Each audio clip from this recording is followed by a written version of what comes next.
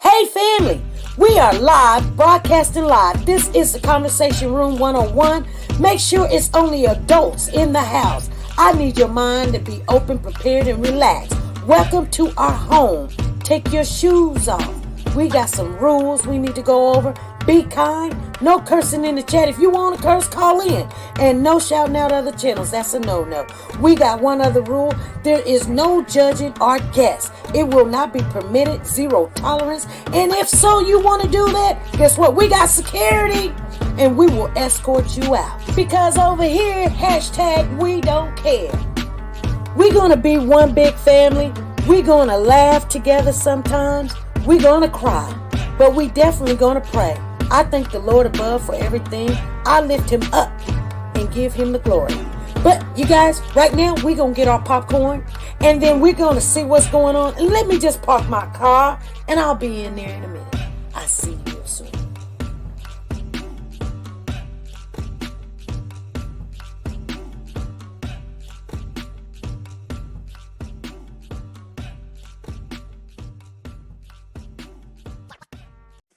The Copyright Disclaimer Act.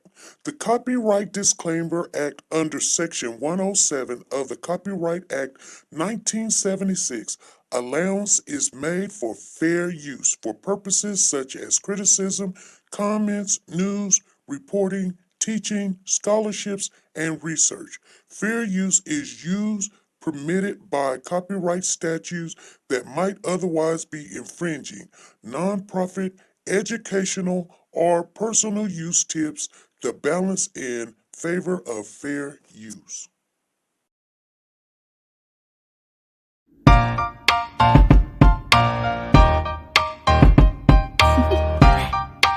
Do you want to know? Well, I've been thinking about you, and I think you'll have to listen, because the sun is up, it's a beautiful day. My beginning will be as bright as the sun. Come, won't you come along? And it feels so bright, it's like luck is raining on me. Go and follow your heart, doesn't matter how far. There is so much love to give, something's telling me this time. Baby, baby, now I know. Baby, baby, gotta go. There is so much love to give, something's telling me it's right. When you came to me, oh I knew it's you, yeah, boy.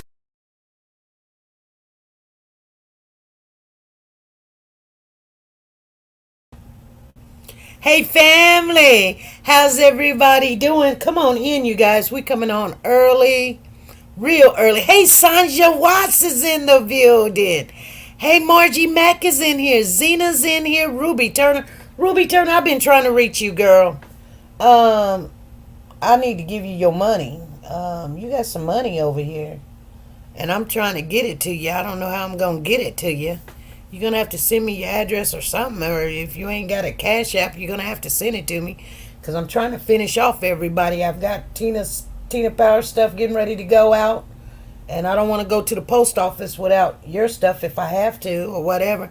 And I'm looking for Diane Harris. She got $50. She ain't got. And Andrea Maxwell got $5. I don't know. Sugar Mama got $25. I ain't heard nothing.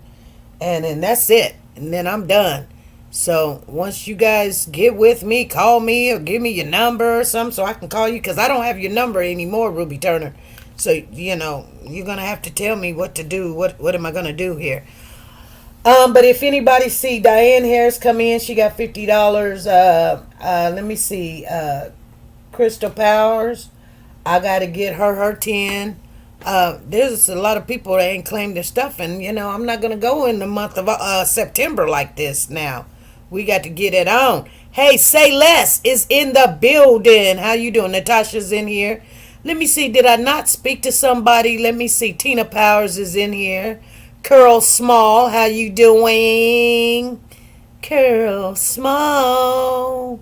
C6 Banks is in the building. Margie Max said popcorn. You guys, you know what? we've been watching this Young Thug Rico trial go on. Um, she said, if nobody wants their giveaway, I want it. I'm just joking. How you doing? Say less. Say less. I remember that name. Anywho's, you guys, we've been watching the Young Thug Rico trial. It's just crazy what's going on. They asked for Young Thug to have a bond so he can get out. He's been in there like 2 years while the trial is going. He's not running nowhere. So the judge was like, no, he's not going nowhere. And matter of fact, all the outfits that he has, because you know he has his own brand, and we're talking about Young Thug. He really likes to be called Jeffrey Williams because that's his name, and Margie said, I'll take it, and I'm not playing. Yeah, I bet you would. There's almost, let me see, it's probably about $200 out there still. Well, with Tina Powers taking her money, Tina got the big bang of it right there. I see 100 right there, 25, 25. I say 125 for Tina Powers. That's just looking. It's maybe more. Let me see. 50, 25, 50. No, it's 125. Tina Powers got 125. 50, 25, 50. 125. That's bill funds. Yep. And then Diane got 50, so that's 175. Ruby got 20. 85, that's 95. And then Sugar Mama got 25. And Andrea got 25, so that's $225 is still out there, you guys. Just letting you guys know. And Zena Tobert, I got her information. I'm going to send her stuff. So, yeah, $225 is still out there. Wow, that's half of the winnings. If anybody that I didn't call your name, if you didn't get your winnings, let me know because, everybody else, I sent their stuff out immediately because I have their cash out. But other than that, if anybody's in here that they didn't receive their funds, let me know because the only people I got left is Ruby Turner, Tina Powers, Zena Turbert, Sugar Mama, Andrea Maxwell, Diane Harris, and Crystal Power. That's it. Yeah, well, we'll see. We'll see what happens. I can't send you yours again. I'm sorry, Margie. You won a little money there. You came out, you did 5. Margie, let me see. Margie won 25, 30 bucks. You won 30 bucks. It was worth it, wasn't it? I mean, when it came in, it was like, it was all free. Nancy, I didn't see Nancy LaRose's name come up. And she was getting some of those free things coming in. Anyway, you guys, I want to talk a little bit about your boy, Lil Woody. If you guys don't know who Lil Woody is, I put his picture up there as far as a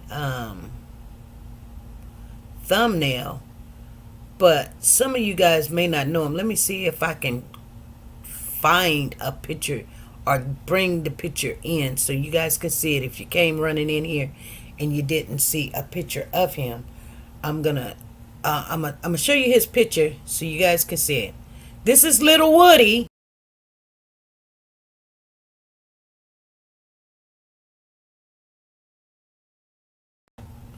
Okay, so that's Lil Woody. I want you guys to understand something. Tomorrow, I'm pretty sure I might come on because I just heard that I'm not, my client is out of town, so I will not be working tomorrow night. That's good. That's good. I'm going to get a day off. Or I may get a day off, or I might say, hey, They don't need no help, so get a day off, It's all good. Shoot, I wish I would have known I would have worked Wednesday. Yeah, messing my money up like that. Woman tripping. She gonna lose her nerves if she keep on playing with me. Yeah. He is a funny dude. But you know what? Let me tell you what's going on. So Monday is going to be the big day. If you guys don't know, Monday, if we're coming on late Monday, we're coming on late or not at all or whatever. I am going to be in that courtroom. I'm going to be watching from the minute I get home. Don't even call me. Don't bother me. I am going to be in that courtroom watching what's going on. She said, I saw him, SP. I know who Woody is. Yes, ma'am. I do. He's the one that's sitting on the witness stand with the bald head. Yes, he is the one. And let me tell you, he done said a lot of things. Well, they believe they have to redo his whole testimony because he was either coerced or intimidated. And he was. And he was. And if she wouldn't have allowed that, especially after they reaccused the judge and set him down, because he was. But I'm going to tell you something. This is a message that I want to say, whether he listen or not. So that's why I put his face out there. So he'll say, oh, that's me. Let me see what they say. We're not going to make this live long. I'm going to say what I'm going to say, and I'm going to say it from the deepest bottom of my heart. Woody has said so much. And he done told them. He lies. He lies a lot. He lies over here. He wasn't like, he didn't put his hands up and say, I swear to you guys, I'm telling the truth or whatever. Anytime he wanted to get out of jail, he was lying. Now, here's the thing about a liar. A liar will sometimes tell you a lot of the truth, because it's got to be believable or make you want to talk to him more. Sometimes he said when he was talking, he just didn't want to go back to the jail cell, or he didn't want to get picked up anymore, or he was scared. Or, I mean, he wasn't scared like, oh, I'm scared, because he's not a scary person. He done already told everybody, you will get the business if you come up to him messing with him. He don't mess with nobody, so don't mess with him. You know what I'm saying? But at the end of the day, Woody has the key to this whole equation, and you guys know it. Let me explain to you why Woody has the key. And I was so proud of him when he got on the stand, and they was like, let's call Woody to the stand and see if he's going to testify or not testify. They was gung-ho wanting to know what he was going to say, and he was on the stand, and all of this. Now, you still under oath. And so if you would have said, I'm going to testify or I'm not going to testify or whatever you say on that stand, why, she said, you still under oath. I just want to explain to you this, explain to you that. And then she going to ask him a question. I'm going to tell you something right now. Looking at this new judge, she cannot be trusted. I'm going to tell you why. She stuttered too much. She can't find her words. And not only that, Miss Love stuttered a lot. She can't find her words. That tells me that you're hiding a lot of the truth. Say what you say. Let your yeses be your yeses and your noes be your noes. Okay? So, anywho's, I have thought about this whole situation. I have looked at it 4, 5, 10 different times. And I'm looking at everybody that gets on that stand and talk or say what they say. Now, let me tell you what this judge has been doing. When there is information out there that will help the defense, she shuts people down real quick. She be like, well, we're not talking about that right now. Or okay, stop. She don't want that to get out. So Woody, she asked Woody a question, and Woody said, Can I say something? And she said, yeah. He said, can I ask a question? And she said, yes. She said, well, they told me that there's 2 things that they would lock me up. They told me if I took the 5th, or if I said I killed Donovan, or whatever his name is. She was like, okay, let's talk about you taking the fifth. She didn't want to talk about, she was a little bit ticked off that he said that if I got on that stage and told them that I killed this Donovan guy. Because that would have tore up everything. Now,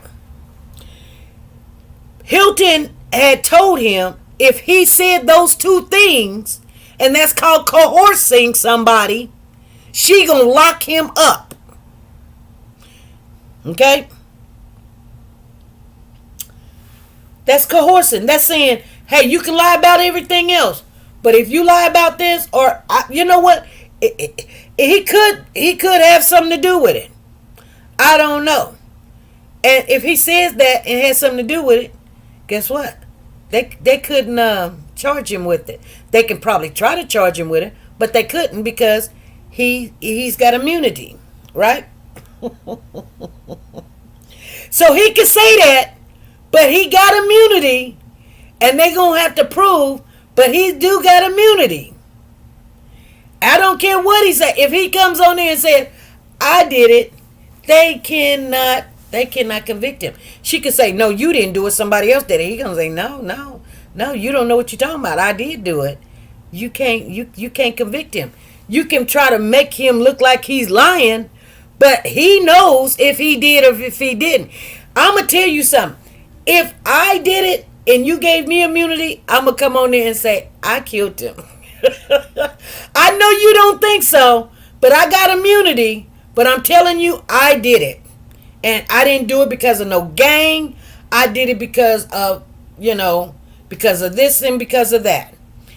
And that settles that. Or, here's the thing. And they can't use it against him. If you did not do it, the best thing to do is take the fifth. Why? Sit down for 6 months. 6 months is no time. 6 months is no time. They want you to, they're going to have to tell everybody, when the jurors come back in and they don't have the same judge, and the jurors come back in and they're going to be told all of Woody's testimony cannot be used. They're going to be wondering, what the heck is going on? All the things that they thought that was like going to click together to make work ain't going to work. Now, here's the message that I have that I believe that Woody needs to say. Now, I'm looking at Woody as if he was my child. And I'm going to say, Woody, listen up. If you don't know what to say, one thing you need to say. Because they're skipping over it and they don't want it to come out. But if you throw it out there, Woody, don't wait for somebody to ask you. I mean, there's all kind of ways to bring up this subject. But Miss Love had a conversation with Woody before that ex parte meeting. You know why? They know this, but every time they try to bring it up, the judge tries to shut it down. Because they said to Woody when he was in the ex parte meeting, remember what Miss Love told you this morning. Think about what I'm saying. Remember what Miss Love told you this morning. What conversation did Woody have with Miss Love without him being represented, without his attorney being notified that they were going to talk to Woody? When was Miss Love talking to Woody before the ex parte meeting? Woody needs to come out and tell that they had, if he had a conversation with Miss Love, and I believe he did, he needs to get on that stand and tell or just mention, Miss Love said, I talked to Miss Love before, whatever it was. You guys understand what I'm saying? If Miss Love called him on the phone, if Miss Love met him at a coffee shop, if Miss Love drove him down somewhere or whatever, when Miss Love talked to Woody, Woody needs to explain that he had already a conversation with Miss Love prior to that ex parte meeting, because at some point he had to. Because they said, remember what Miss Love told you? Well, when did Miss Love and Woody have the time to talk. So there's information that is not out there. It's not on a transcript that Miss Love is like, that's not have been founded. That's not a fact. Oh, it's a fact, honey, because nobody's gonna sit there and say that's like me saying, you know what, Sanja, um, I didn't see you July the 30th. But remember what I said on July the 30th? Remember that meeting we had on July the 30th? Just remember that. You're going to be like, okay, well, when did we talk July the 30th? Then you're going to sit there and say, well, we had the Christmas giveaway July the 30th. I mean, okay, now I'm going to have to go back and think. So somehow, some way, they had conversation that is not translated or transcribed or people know. And that is the answer right there. If Woody comes on and tell them about whatever conversation he had with Miss Love, and I believe he had a conversation with Miss Love nobody knows about, it's going to lock this whole trial down. I rest my case. I'm not saying I'm never wrong, but very, very, very, here and there. I mean, it's very like, it might happen here and there, which is another flop. Exactly. It will be. Because, hey, all of this stuff is going on, and then he's in front of the jurors, and now he done said, okay, if he don't take the fifth, if he don't take the fifth and say, okay, I'm going to testify. When they start talking or something, just put out there, say, well, okay, I'm a little confused. I'm testifying because you guys told me you guys are going to give me this immunity. That's the only reason why I'm testifying. But Miss Love said, if he do testify, and I'm going to tell you, she's going to be out of words. It's going to shut her up. And every time you can bring it up, bring it up, bring it up, bring it up, bring it up, throw it in there, bring it up, bring it up, bring it up. Do what they do to you. Bring it up, bring it up. Say, well, Miss Love, I'm scared because you said, I'm scared because you said if I said this, then you're going to lock me up. This was before we had this ex parte meeting in the judge. They don't want the jurors to know. I'm gonna tell you, some of the jurors already know. I mean, I'm gonna be honest with you. We're all human. If we were sitting on a trial and this is nationwide known, people are looking because this is the weirdest thing ever. It's not against the law to be in a gang. It's not against the law. Whether they're trying to say it's a gang, it's not a gang, it's a gang, it's not a gang, and da da da da da da da. It's not illegal to be in a gang. You can be in a gang, and they ain't nothing you can do with. They have gangs. I mean, bicycle clubs are gangs, and the police is a gang. They blue gang or whatever. It's a gang. What's his number? He got the contract exactly. So if he don't take the fifth, and he's like, okay, I'm going to testify. Don't let them ask you questions. Sometimes throw it in there. And if you start talking and you answer the question, say, I'm going to answer. But Miss Love told me this on the ex parte meeting was June the 6th or June the 10th. Said Miss Love told me June the 10th this. Before we had this meeting in the judge's chambers. You add that in there if you're going to testify. If you don't want to spend one day in jail and you're going to testify, you're going to have to add those conversations of what you and Miss Hilton said, why your attorney wasn't around, what you and Miss Love has spoken about, because yeah. Whether they were taking you here, whether they called you on the phone, or whatever. It's your word against hers. She gonna be like, no. Your family can be a gang, exactly.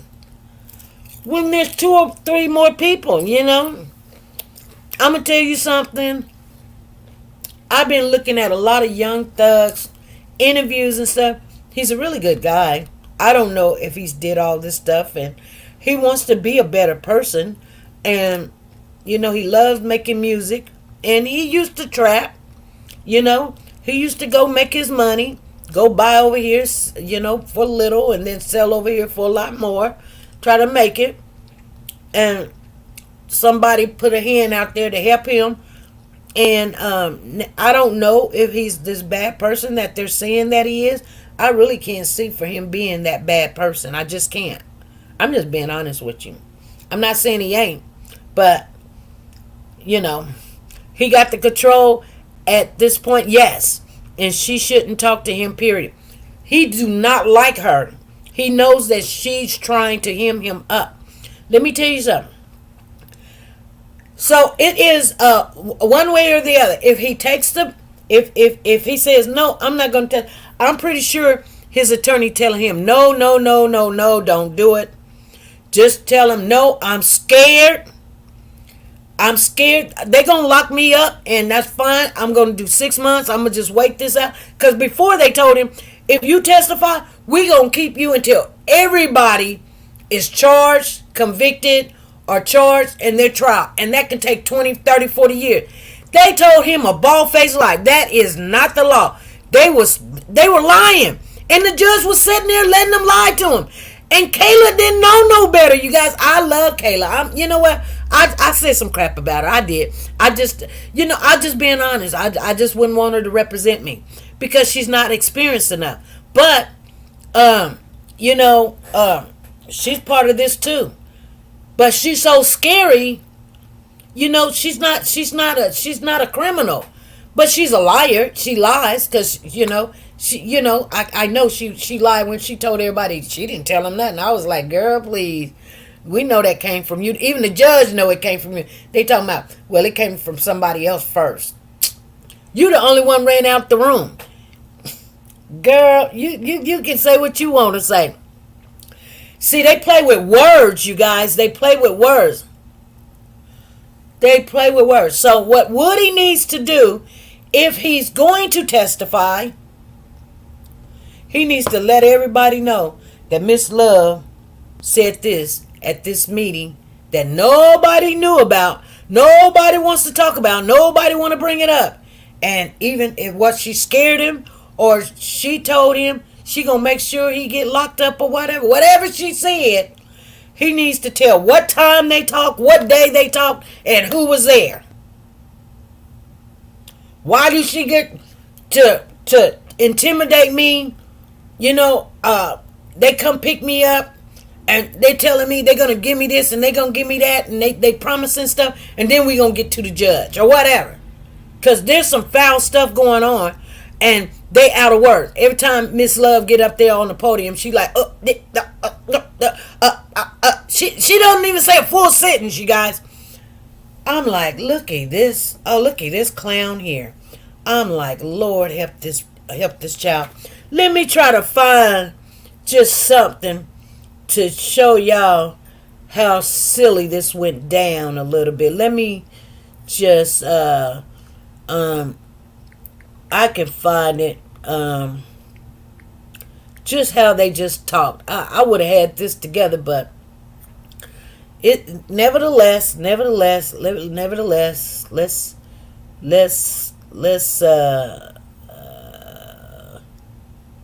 let me see some. To support the position that alleged violations of the rules of professional responsibility are sufficient to support disqualification. For a couple of reasons, Your Honor, I just ask that the court allow us definiteness on what grounds the court will continue to hear motions to disqualify. I know that we started out with the witness, that we were a necessary witness, and then after the June 7th transcript came out, there were other grounds. And today I'm addressing the ones that have been proffered. What she's talking about right now is they want to make her, Miss Love, and Miss Hilton recuse themselves and go step down because their conduct was not Their conduct was not pure.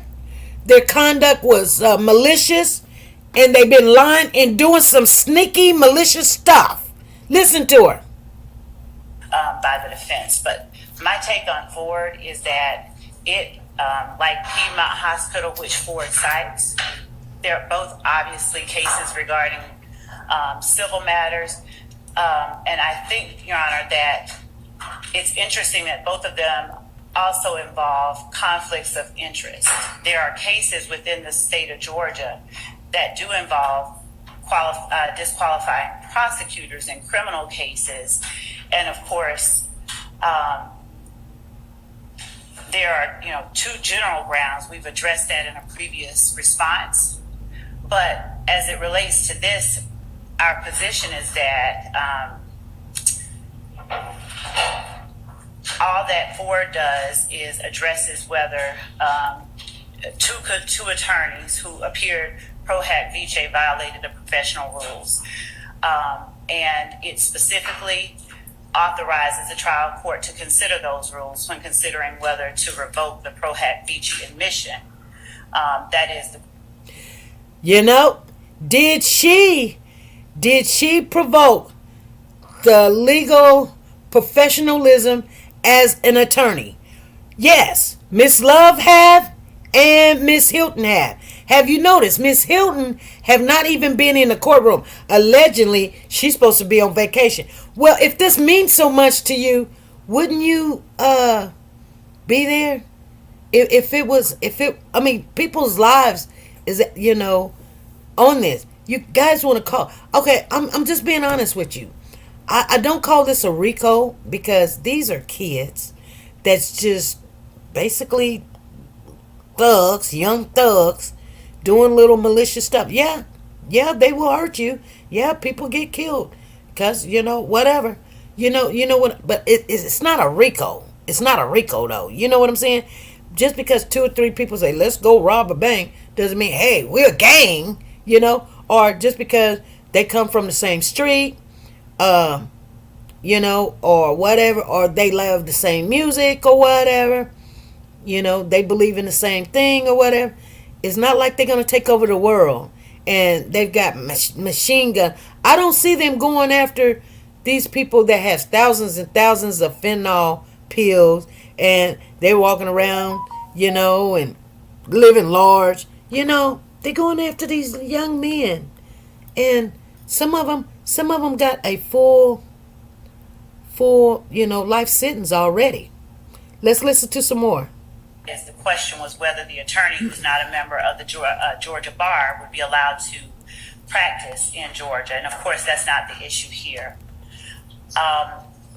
Ford cited Piedmont Hospital versus Reddick, which had held that it was appropriate to consider the professional rules on a question of disqualification.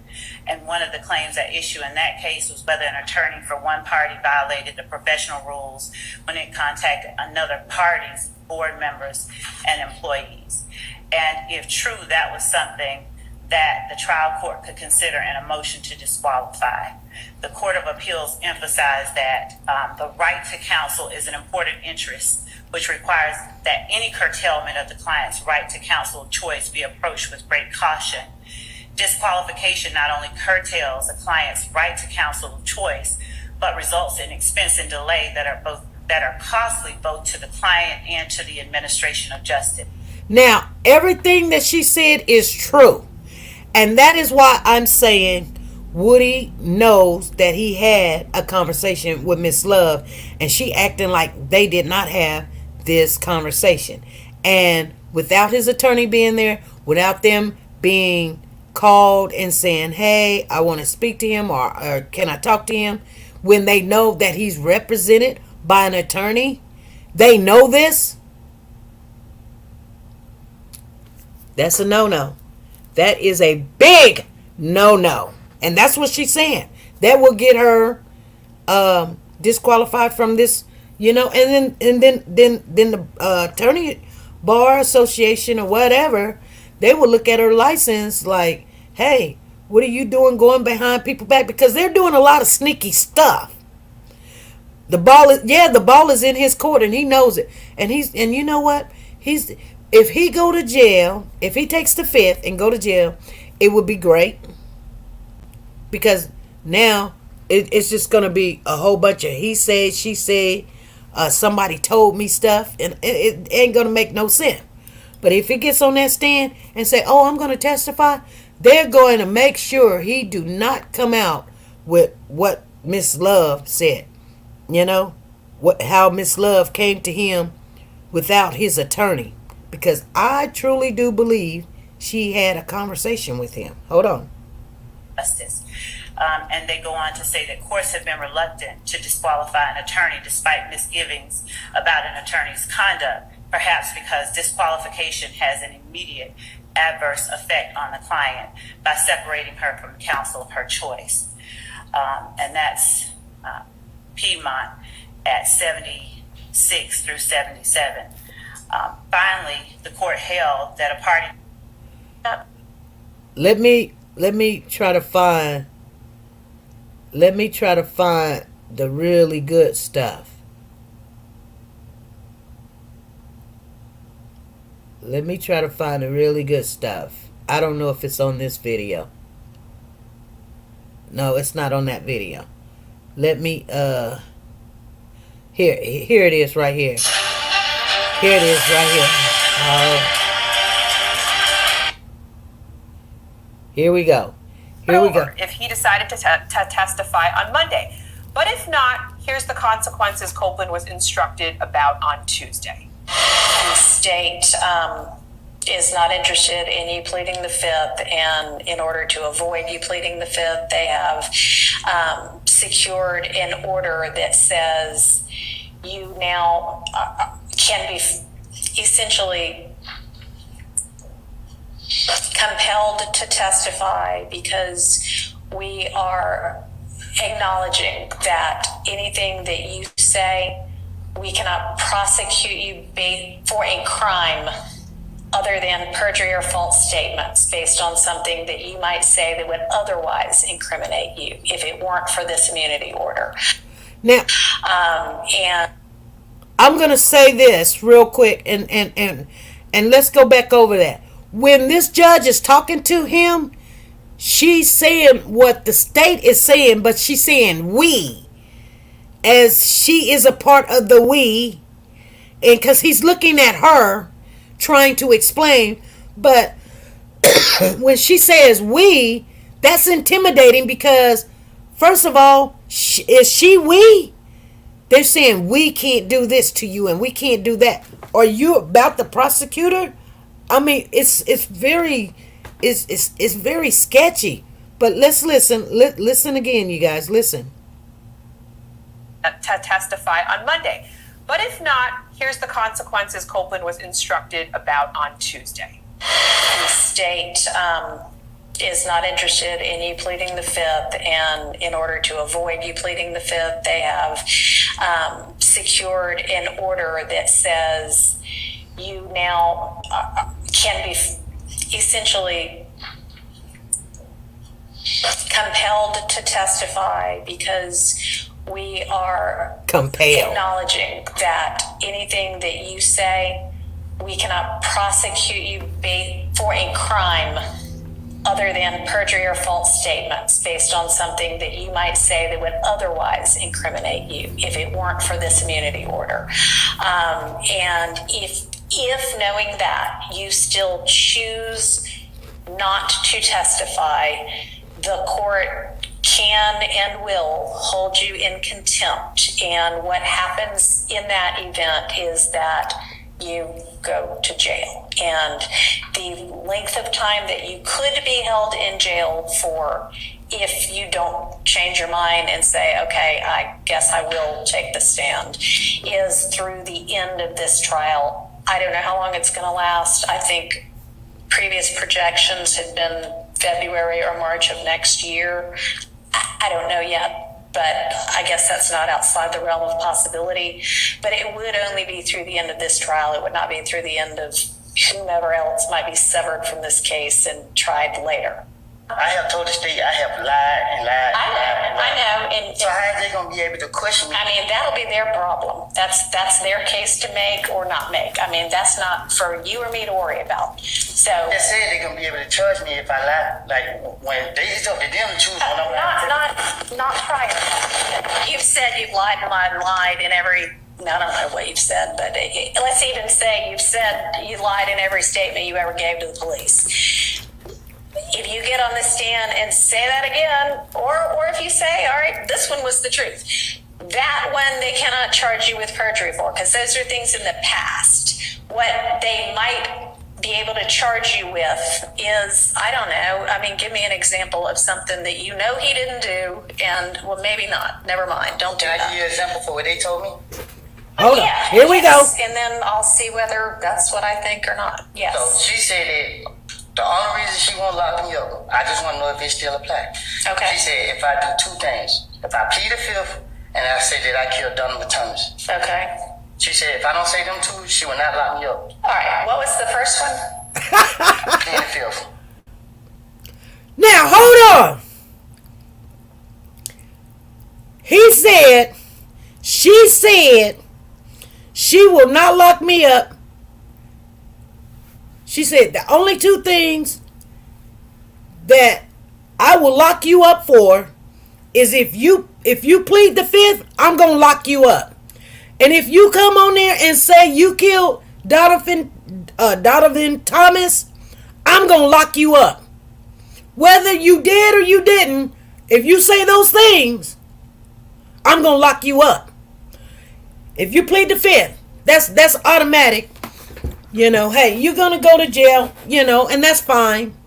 You know, but then she made it where you know, you just don't go to jail and then you get out in 30 days or 60 days or 6 months. You go to jail and you're going to go to jail for until all the defendants go to trial. And some of them ain't even charged yet. So when they get charged, you're going to stay in jail. We're going to keep you locked up and all this other stuff. So this man, of course, why would he not come on there and be like, well, hell, if I can get a get out free. They done scared me to death, telling me they going to lock me up and there is no indefinite. It's just indefinite. It's like there's no date that I'm ever gonna get out. Thank you for the super chat, Natasha. Let me put your name down on here. I got hold on is this paper right here. Natasha, I got you down on a $3 super chat. Thank you for the super chat. We'll give you a little thank you on there because we appreciate everything that you guys do for us. Thank you.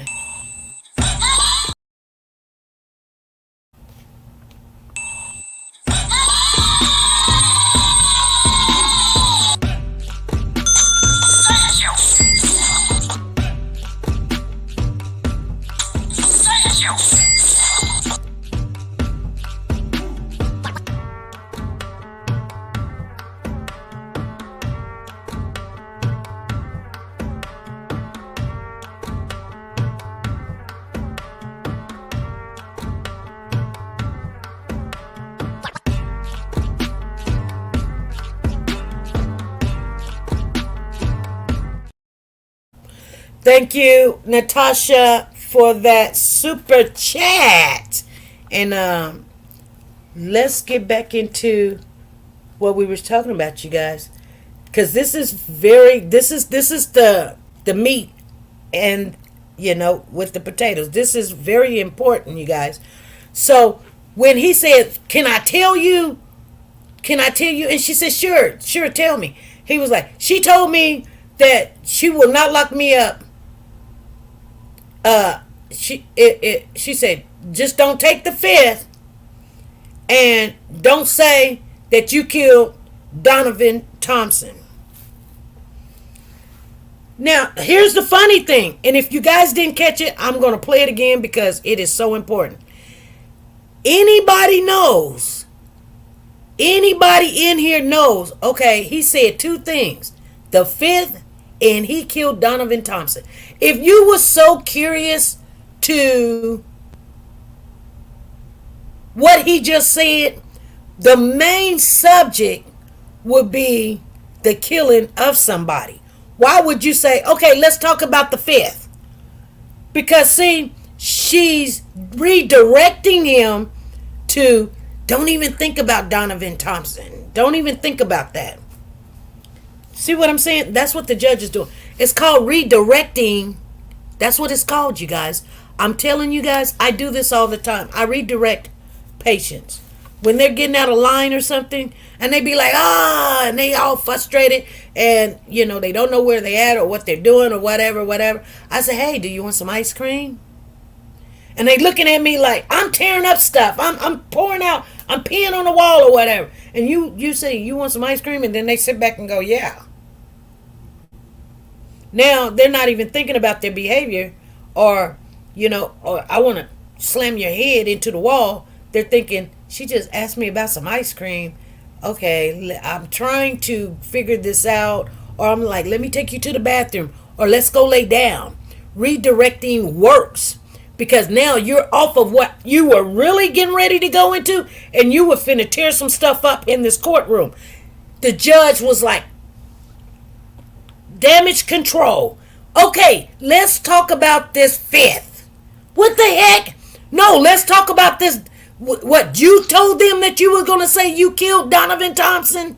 That's what the judge should have said if she was a fair, righteous judge. And she's not, you guys. She's not. I don't care what nobody say. She's not. Because when somebody wants to either say that they did something or they know something about it, or I want to see what you're going to say if I said I did it or whatever. I don't care if he did it or didn't do it or whatever. She redirected him in his thoughts. Exactly, Sanja. You know what I'm talking about. Let's hear it one more time real quick. In the past, what they might be able to charge you with is, I don't know, give me an example of something that you know he didn't do, and, well, maybe not. Never mind. Don't do that. Can I give you an example for what they told me? Yes. And then I'll see whether that's what I think or not. Yes. So she said that the only reason she won't lock me up, I just want to know if it still applies. Okay. She said if I do two things, if I plead the fifth and I say that I killed Donovan Thompson. Okay. She said if I don't say them two, she will not lock me up. All right. What was the first one? Pleading the fifth. Taking the fifth, Judge. Taking the fifth. Okay, right. Now, that exchange was quite something. And looking ahead to Copeland's potential testimony, of course, we still have Gwendolyn Lindsay Jackson and Roger Foley to talk about it. Gwen, Copeland doesn't have a great track record on the stand so far and has said to prosecutors that he's lied about his involvement with YSL time and time again. And despite multiple parties explaining his rights to testify, will he get up there and actually do it? Well, I feel that because he's lied and lied and lied in the past, and now I guess the prosecutors are saying that, okay, because you've lied in the past, this is in the past, we're not going to throw you in jail for that. But if he gets up on the stand, he can't stop lying about stuff that he didn't say, and he's compelled to testify. He could face time. He could get thrown in jail. I don't think he should testify because, quite frankly, I don't think that he has the self-control not to lie about future things. And that's my honest opinion. All right. Well, Roger, we want to get your thoughts here. If Copeland decides to take the stand, the parties have agreed to start his testimony over. Could this be problematic for the jury, or do you think they've forgotten about his prior testimony already, although he just, said he's lied before?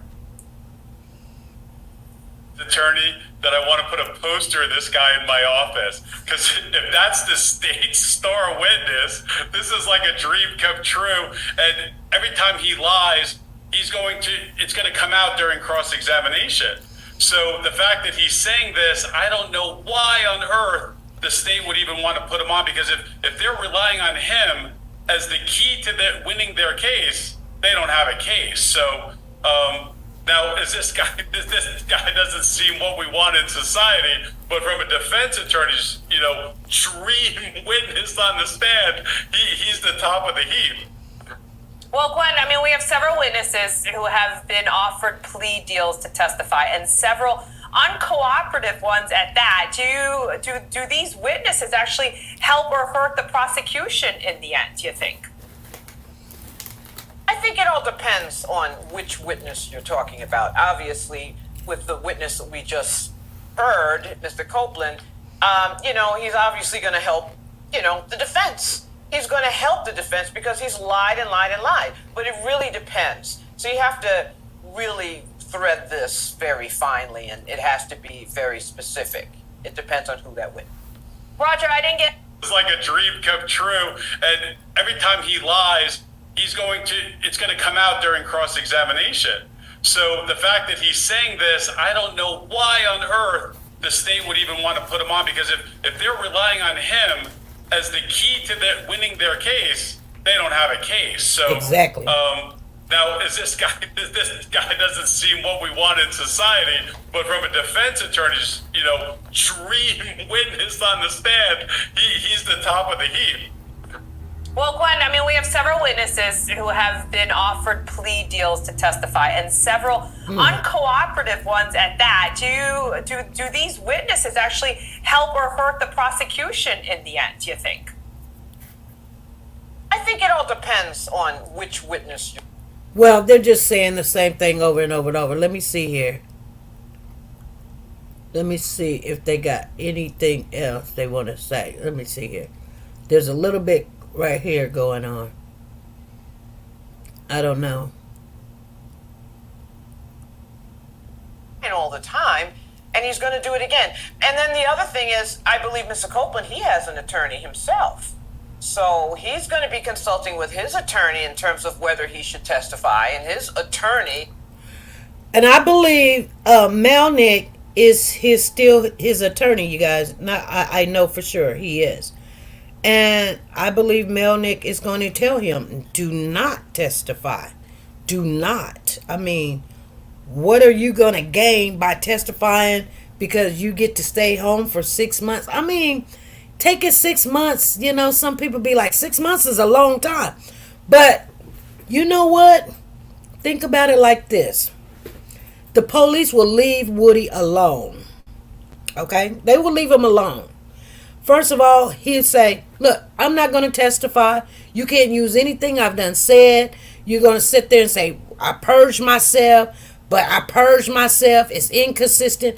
But then I'm going to have to find out what the ratifications is for me doing all that, saying all that. I didn't help your case. I'm going to tell you something. Evil and dishonest people. You cannot negotiate with dishonest people. You can't do it. If they don't win by the, mishap and the malice acts of lying and cheating, and they want you to cheat and lie for them and get on that stand and lie and cheat, you better watch yourself, because they're trying to promise you something that if they don't get exactly what they want, you're in a world of trouble. So it's best to say, you know what? I'm not going to do it. I'm just not going to do it. I'm not going to get on there. You're not going to use me. You're going to have to go back and tell all the jurors, you know what? We got a new judge, and that a witness named Lil Woody that y'all was sitting here giggling about, disregard everything that he said. Just disregard it. You cannot use it. You cannot think about it. Even you just can't. You can look at these videos, and that's about it. That's all you can do. But he done already told you he not testifying. I mean, I'm gonna tell you right now. Once I've seen your hand, and Woody already seen their hand.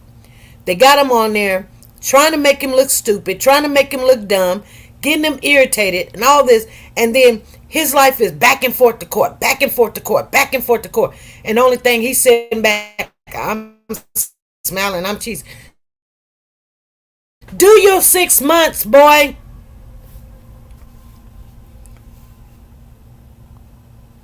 Oh, my computer trying to go out on me. Oh, my goodness. Do your 6 months. and go sit down somewhere, and then you don't have nobody after you. You don't have nobody after you. You did a good service to everybody, not the prosecution. They're gonna be mad, but they can't do nothing to you. Now once you go back to jail, you just get you another attorney, and you handle it. But if you get on that stand and you decide, I don't want to do 6 months, because only that person that's I don't know who this is calling.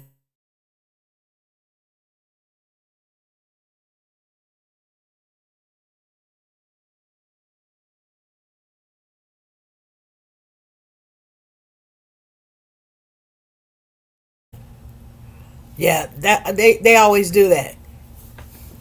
Exactly, Sanja. Do the 6 months and hush. It ain't gonna last until no February or March. It's gonna be done. They got 100 witnesses. They gonna call 5 or 6, 7, 10 witnesses a day, cause ain't nothing they can do. Even if they call, okay, if they got 100 witnesses, okay, y'all got 100 witnesses. We're in August, so every day this judge is rushing everything. So every day y'all call 6, 7 witnesses. So okay, y'all call 6, 7 witnesses. So that's 10, 15, maybe 15 days. So you like August. Now you in the September. Then you got the defense. Then you're in the October, November, maybe around December. So you got August, September, October, November, December. You might do 4 more months. Go sit down and be like, prove that you not a snitch or a rat or whatever. You don't really even got to prove it, because I'm gonna be honest with you. When you're sitting in the hot seat, and I've been in the hot seat before, just tell the truth. Just if you're not gonna tell the truth, and you know that you're not, go sit down somewhere for 6 months, and then what? And then do you want to stay in Mechanicville or whatever, Metallicville, whatever it's called? You can, but you don't have to stay there. You can go wherever you want to go. But the worst thing in the world for this young man, like I said, he can plead the fifth, and they'll be like, okay, bailiff, come on, lock him up. Okay, well, I'm going. If attorney was willing to go down, why would you not be willing to go down? You know what I'm saying? Like, I believe that these boys, not all of them, but some of them is charged with murder, and it's not Jeffrey Williams that's charged with murder. I think it's Shannon or Kendrick. I don't know which one it is. I think it's Shannon. I don't know, but or some other one. I don't know. I can't remember who it is. I know Shannon's the shooter. I just remember his name because we call my daughter Shannon. But I don't pay close attention to a lot of this stuff. And like, you're gonna have some people on your team or that's doing the most, but and it makes the whole team look bad. And that's why I tell people. And remember, Woody said young Thug, Jeffrey Williams, did not want to mess with him. He said he didn't want to F with him because he was in the streets. So that tells you that young Thug did not want all of that drama and chaos. He was trying to they were making money now. Like, what the heck? Why do you want somebody around you that's making bad decisions and they in your flock? Now, you can only help them if you out. But you can't help them while you still got your foot still in the pot. Your foot still in the pot. Everybody gonna hang on to your foot until you fall in too. But until your foot is out the pot, then you can turn off the fire or help somebody out. But I think Jeffrey Williams is learning this. And like he said, only thing he wants to do is make music. He loves pure, even though, what we call pure, everybody's got their ideal of what pure is. Sometimes you guys, you got to do a little bit more research and know the people that is on the stand. Now, I know it's time for us to get off of here. The next time that we come on, you guys, it'll probably be the weekend. We're going to talk about Sonya Massey. I got something that I need to share with you guys and show you guys. Make sure you show up. I don't know what time I'm coming on, but I guarantee you if I'm not working Saturday night, in which that's what they're saying, I'm not working, so I will be at home. I'm going to come on, and I'm going to somehow find an app that's going to let me record, and we're going to get, I'm just going to put all my time and dedication into finding this and trying to get our channel back up. I've got time right now until the 19th, so I've got 9 days to make this happen and make this work. But I want to share something with you guys that I seen that it's just unbelievable.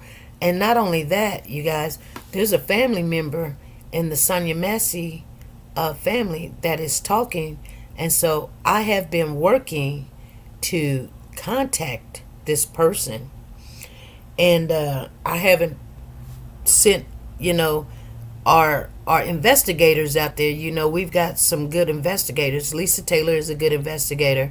Margie Mack is a good investigator.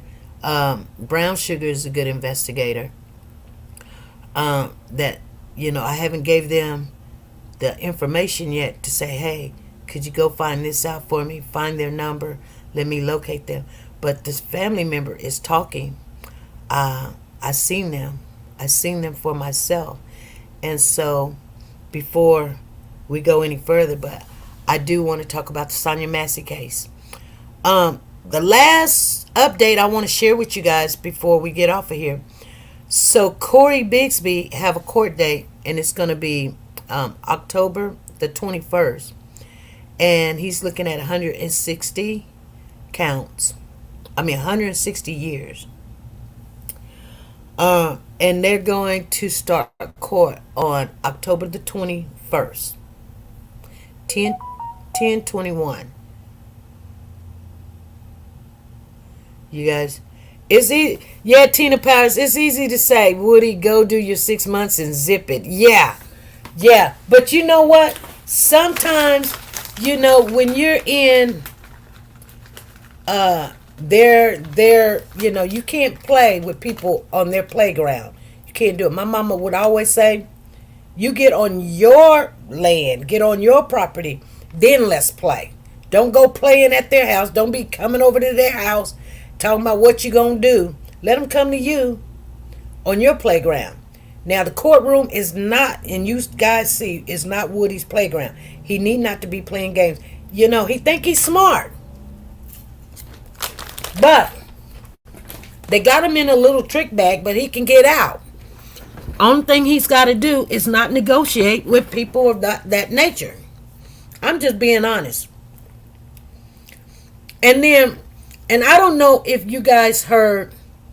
Let me see if I can find it.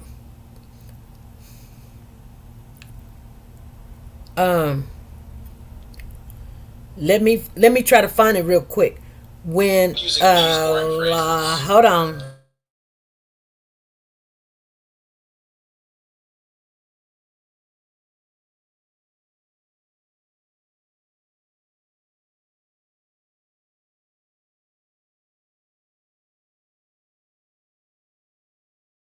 Transcript that you read. Okay, hold on. Recording about Listen. And was the ex-party transcript? They're talking to Kayla. Complete recording about Bumpkus. everything that took place in chambers that morning. No. What I'm saying, ma'am, answer the question I am asking. I didn't realize it was a meeting. Did Kenneth Copeland ever say to Simone Hilton, I killed Nut? No. Did Kenneth Copeland ever say to Simone Hilton, I killed Donovan Thomas? No. See, that's not a good look. Day 105 of the Young Thug YSL RICO trial was... So, yeah. So, here's the thing. Let me find that. I thought that was it, but that's not it. That's somebody else's. Hold on. I just seen her face up there, so I was like, uh-oh. But, let me see. Let me put on here Kayla Bumpkus. Because she was saying some stuff.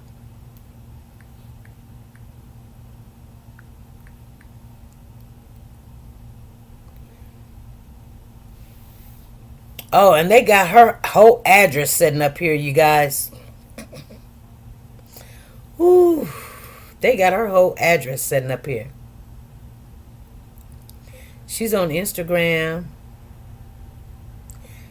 at the PL Princess. Hey guys, I'm going live on my YouTube page Friday at 6 p.m.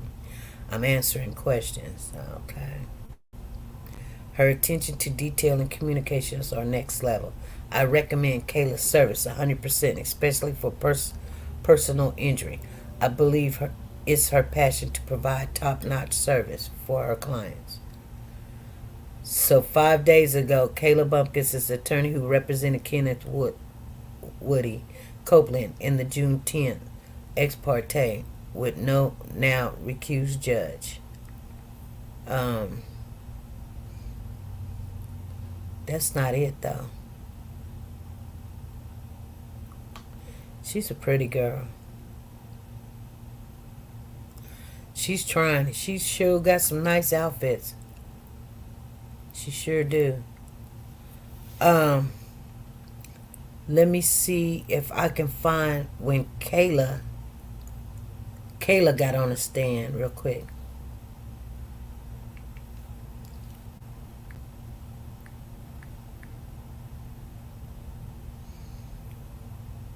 Cause here we go. Right here. Let me find it though. Oh man, this is somebody else's stuff.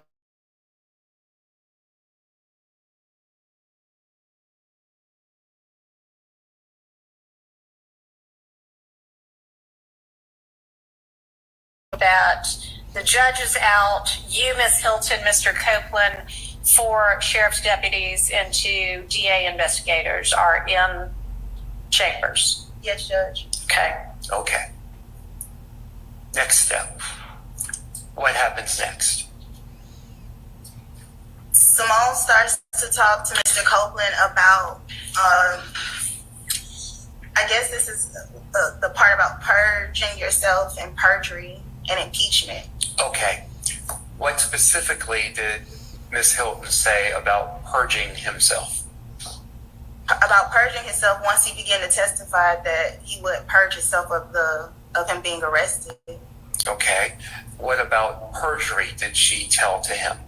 Did Miss Hilton say to Mr. Copeland? I think some of this is on the transcript, but she reiterated the fact that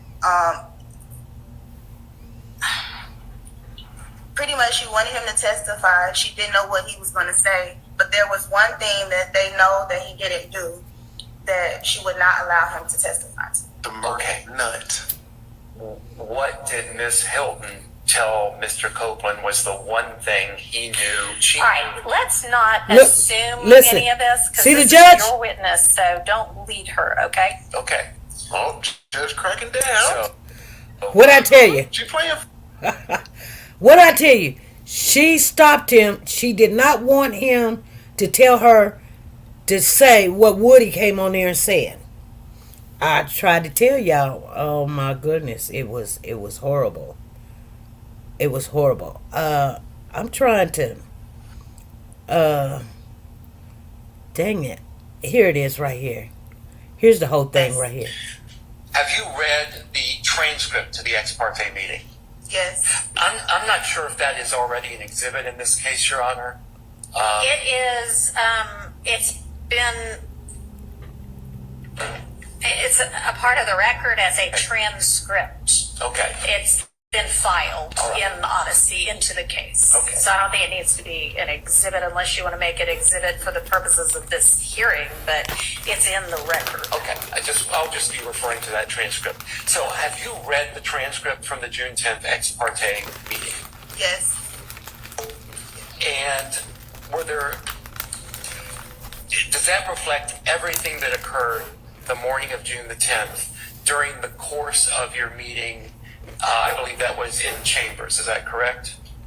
That was compound. That was a compound question. Was that meeting in Chambers? Where did that meeting take place? In Chambers. In Chambers. And was the ex parte transcript that you read a complete recording of absolutely everything that took place in Chambers that morning? No. He said no. Generally, when was there a time during the course of that ex parte meeting when y'all went off of the transcript? Clarify what you mean by that, when y'all went off. Was there a break in the proceedings at some point on the morning of June the 10th? Multiple breaks. Yes. And during one of those breaks, did you have occasion to speak to Mr. Copeland with someone else, with someone from the state's, the state present in the room? Yes. And when you had that conversation, that was off the record. That was without the transcript being transcribed. Yes. Let's clarify who is in the room at this point in time. Okay. Who is in the room? And again, let me just make clear on this. I only want you to speak about conversations that you had with Mr. Copeland that are not privileged, where, for example, someone from the state was in the room. Do you understand? For sure. Okay. When there was a portion of that meeting that was not recorded on transcript, who was in the room? Myself, Mr. Copeland, and Simone Hilton. Who else? If anyone. I don't know, all the deputies. But were there deputies in the room as well? Yes. Do you remember how many? 4. Okay. Anyone else other than the deputies and the 3 people you just named? Investigator Hamilton and maybe another investigator from the state. Okay.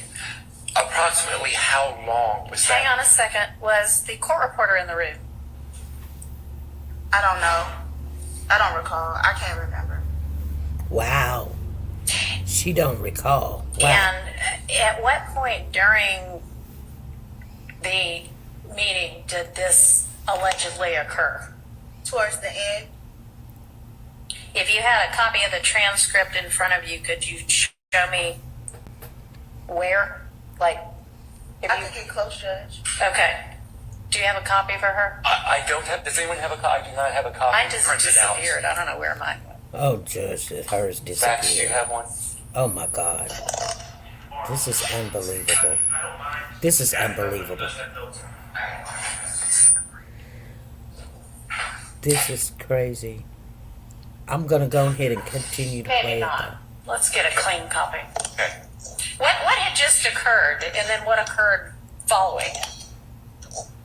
What had just occurred prior to? What had just occurred was we had been meeting for a really long time, and I needed to go to the bathroom because I was stressed out. And Okay. when I went outside in the hallway, Simone was outside in the hallway, so I guess she didn't want to be in the room with Mr. Copeland while I stepped out. That's all I can think of. So she was outside. She met me in the hallway, and she said, Okay, hang on before you get into what anybody said. So, y'all are in chambers. Like, paint the picture for me. You're in chambers, and then, and what happens for you to then leave chambers and to go to the restroom? I needed a break. Okay, and so you leave chambers. Yes. And Miss Hilton leaves chambers. I don't know when she left because when I left, she was still in there. But when I came from the bathroom, she was in the hallway. Okay, when you left chambers to go to the restroom, who was in chambers at the time that you left? Mr. Copeland, the deputies that were with him, about 4. Miss Hilton, the investigators from the DA's office, the judge, and the court reporter. She left. So She left the client. Bathroom break. Yes. And as far as She left. She left the client with all the wolves. She left the client in a room with all the wolves, you guys. Oh my goodness. I can't believe she did that. That's the first thing. See what I'm saying? She didn't even know it was an ex parte meeting. I can't believe she didn't even know it was an ex parte meeting. They just told her to show up, and they started talking. When they got in, they just started talking. She said, that's why I need y'all to hear just this part, because it's just unbelievable. But listen.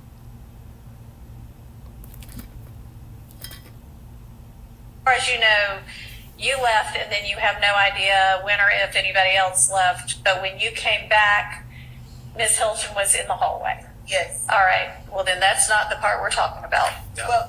Well, I think it leads up to the part we're talking about, and that interaction with Miss Hilton may be relevant to where we're about to go. All right. Could you please? And she's shaking her head, describe yeah. The exchange you had with Miss Hilton in the hallway.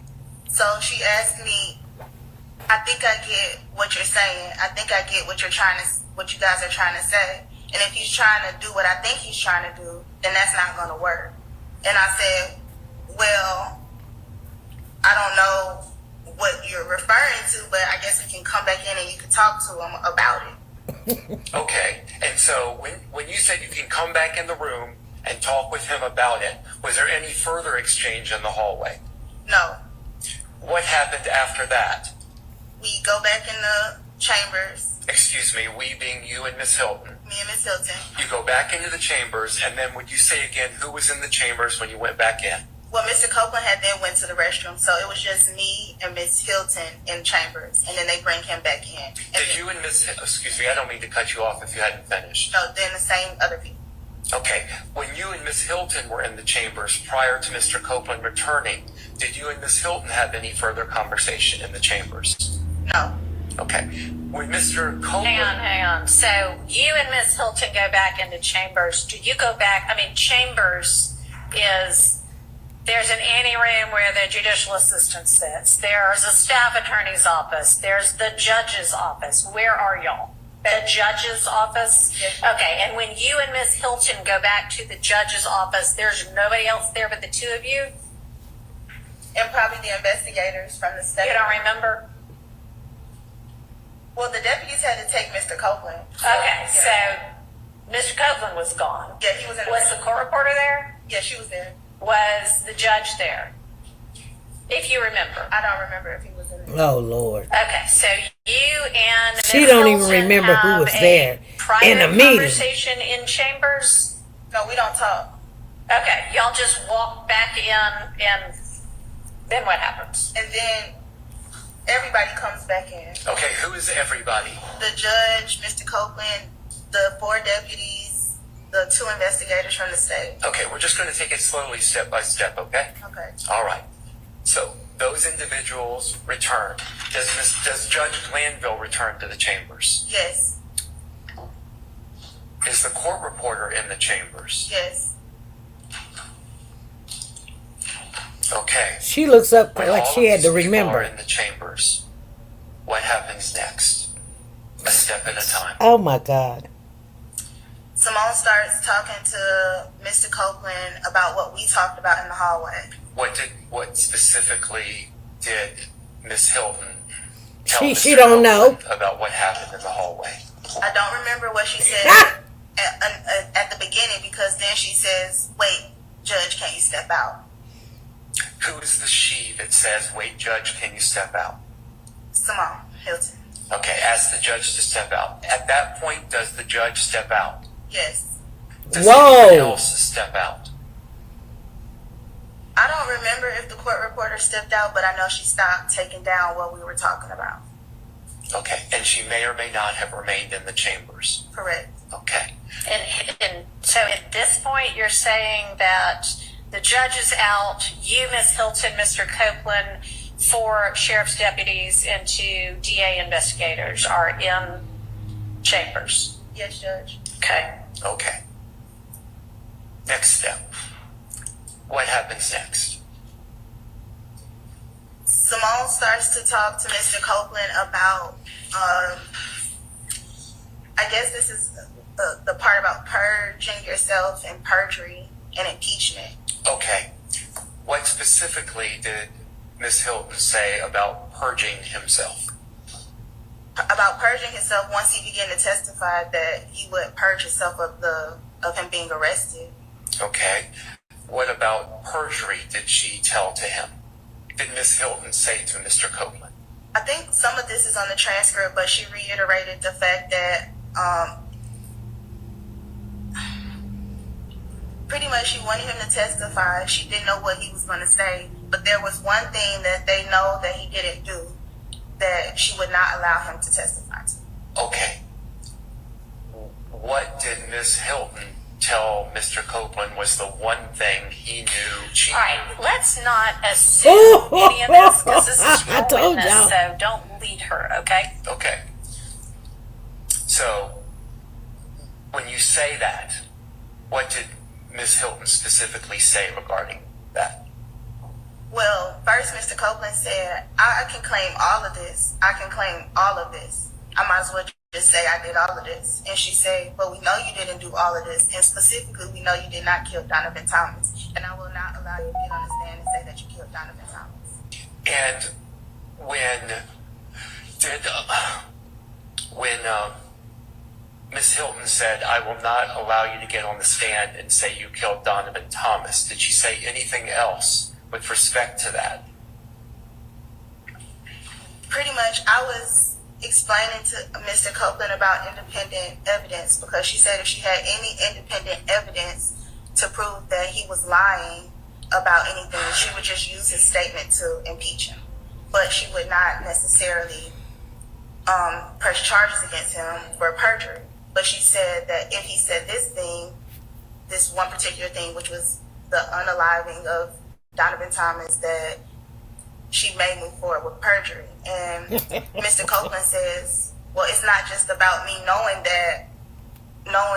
who killed him, but it's about, I know more about that infinity, and I know something about somebody who's not even on trial. Okay, I'm going to stop you there a second because there's a lot to unpack, okay? So, do I understand your testimony to be that Miss Hilton said that she would prosecute him if he lied about the killing of Donovan Thomas, but she would not prosecute him if he lied about other things? Yes. Let's go back to the infinity, because I didn't catch all of that. What did Mr. Copeland say about the infinity? You just say, I know something about the infinity that y'all don't know. And how did Miss Hilton respond to that? I don't remember, but basically she just like, okay. Okay. What happened next in that meeting? Oh, can I stop you a second? Had Judge Glanville re-entered the chambers where you were at this point? No. Okay. Whoa. Please continue. What happened after the comment from Mr. Copeland about the infinity? I think that, she really didn't say anything about it. She just kept moving forward with explaining to him about she wasn't going to go for that lie about the unaliving of Donovan Thomas, but whatever else you lie about. How did she say unaliving? And that conversation went on for about 5 minutes or so, maybe a little bit more. I don't know. At this point, we've been in there for 2 hours. And they gave me a second to talk to Mr. Copeland, and then that was the end. Okay. Who gave you a second to talk to Mr. Copeland? I guess Simone. Did Simone Hilton remain in the room while you spoke to Mr. Copeland? Yes, but she couldn't hear what we were saying. Hold on. Okay. All right, so y'all are all out where the JA She said assistant sits. At first, she said she couldn't hear what we were saying. Do you not know that when you're in the judge's chamber, even though that you whispering, they can pick up what you're saying. I don't care if you whisper. I don't think this young lady knows what's going on. Like, no, you don't, you step out of there and you go talk to your person. You don't sit there and let's whisper. No, don't even talk about it in the judge's chamber. Don't talk about it in the court, just because it can be picked up. And that's what he was going to say, but I don't think it's there on that part. Let me see if he says something like that. It's for you. Wait. Absolutely. Can you tell this court what that was? Hold on. For that lie about the unaliving of Donovan Thomas, but whatever else you lie about, I'll just use it as impeachment. And that conversation went on for about 5 minutes or so. Yeah, they can hear. More, I don't know. At this point, we've been in there for 2 hours. And they gave me a second to talk to Mr. Copeland, and then that was the end. Okay. Who gave you a second to talk to Mr. Copeland? I guess Simone. Did Simone Hilton remain in the room while you spoke to Mr. Copeland? Yes, but she couldn't hear what we were saying. And why do you believe she couldn't hear what you were saying? She couldn't. I know because we were whispering in we scooted away from her and we just kind of whispered in each other's ear. Okay. She said because is there anything else they scooted away and we was whispering in each other's ear. Not in the room that you haven't told us this morning.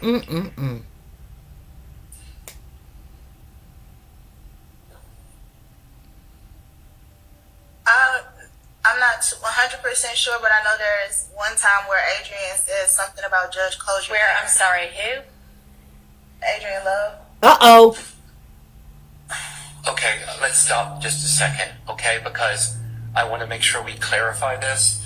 I believe your testimony earlier was that Ms. Love was not in the room, at least during this portion of that meeting. Is that correct? That's correct. Are you referring to another portion of the meeting that happened that morning? I don't remember if he stepped out or not. I just remember at one point she said, Judge, close your ears. I don't remember if who said. Okay, let's go back. Yeah, that's very unclear. Here, we're going to go back and try to clarify. Let me. Yeah. All right, so at the beginning of the meeting, it is Judge Glanville, Miss Love, and you. Yes, Judge. The court reporter, and then whomever the deputies are. Mr. Copeland is not there. Miss Hilton is not there. Is that correct? No deputies. Okay. They don't come until Mr. Copeland comes. Okay, so then it is just the judge, Miss Hilton, and you, and the court reporter, correct? And the investigators. The DA investigators. Yeah. Okay. And so is it that portion of the transcript that you're moving to now? Okay. All right. And what did Miss Love say? I just remember her saying something about Judge Closure. Okay, now hold on. Now, do you guys hear what I just said? They were talking about Miss Love being there. She said Miss Love was there, and Miss Love was going to say something. And see, the judge stopped them, and so they're asking. They don't want to put Miss Love in the room, and not only that, now they're talking about Miss Hilton again. But Miss Love was there. You guys understand what I'm saying? I don't know, but let's go on. Close your ears. And I can't remember if he steps out then for a second or not, but that would be the only other time I remember him stepping out. What did Miss Love say after Miss Love said, Judge, close your ears? I don't remember. You don't remember? Okay. So we've discussed that one portion of the morning where the judge was not in the chambers. Was there another time that morning, other than that one time we've been discussing, was there another time that morning where the judge was not in the chambers, but there was a conversation among you, Mr. Copeland, and someone from the prosecutor's team? No. Okay, that's the only time? Yes. Okay, I don't have any further questions. All right. Does any other defense attorney have questions for Ms. Bumpus? Uh-oh. And we have a copy of the transcript now if anybody needs it.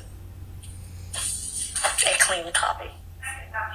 Miss Love's gonna get up, go get the copy, and when she has to hand it to Kayla, she rolls her eyes when she walks by. Oh my God, you guys. She is a piece of work. Say P-O-W. There she is, rolling her eyes. She looking at her like, girl, if you don't go sit your tail down somewhere. It was funny. Oh my goodness. Mr. Steele is up there getting ready to question Kayla now. Go ahead, Mr. Steele. Thank you, Your Honor. Good morning. Good morning. Counselor, was there a time in your presence that you heard someone give a direction for the sheriff deputies to shut off their body-worn cameras? Absolutely. Do you know who gave that direction? Deputy Brown. And do you know at what period of time or what point in time that occurred? Were you alone with your client? Was it throughout the whole time? with Miss Hilton. What was going on when you heard that? That was the first thing he said when the deputies brought Mr. Copeland in. So, as far as you know, I'm not saying the sheriff deputies filed that order, but they were ordered to turn off all body-worn cameras as far as you were concerned. Yes. And this conversation that you just relayed to us with Miss Hilton, you and Mr. Copeland, your client, was that a calm conversation? Was it heated? How would you describe?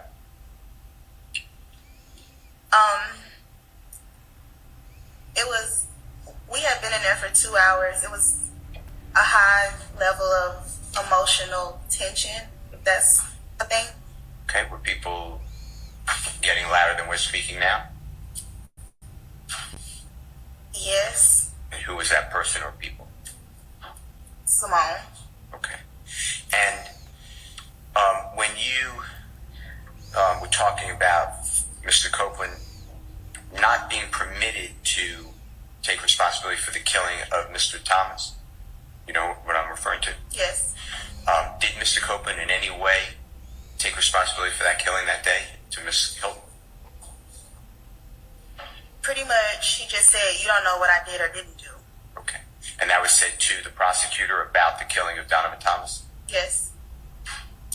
Do you know if you saw Miss Hilton taking any notes or recording the meeting, or any of the people with her recording this meeting or taking notes? I'm not aware. All right. It says, and the court just gave a transfer, I don't know where it is, but you can look at it, no one is trying to trick you. It says on page 40, towards the bottom, it's the Honorable Judge. It's fine. She's gonna walk it over there to her. If you don't need to look at it, put it over there. Just let the record reflect.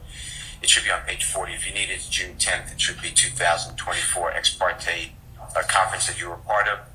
And Judge Glanville says something to the effect, I'm not looking at this, is not a quote, but it appears to be to Mr. Copeland. Do you remember when Mr. Love told you that... Listen. As long as you don't tell a bold-faced whopper, something like that. Do you see that? Yes. Can you just, so the court, unless the court has it in front of her, what I've line got it that in is? front of me. Right here. Do you know what line that is? Where it begins on? 12. Okay. Well, 9, but 12 specifically, what you're referencing to. I couldn't hear the last part. 9 is when he starts talking, but 12 is when he gets into that part. Keep being Judge Glanville. Yes. Okay. And what information do you have that Miss Love spoke with Mr. Copeland about the bald-faced whopper? What do you mean? I'm sorry. Can you ask that again? Well, apparently Miss Bumpus didn't understand it any better. I understood it. Yes.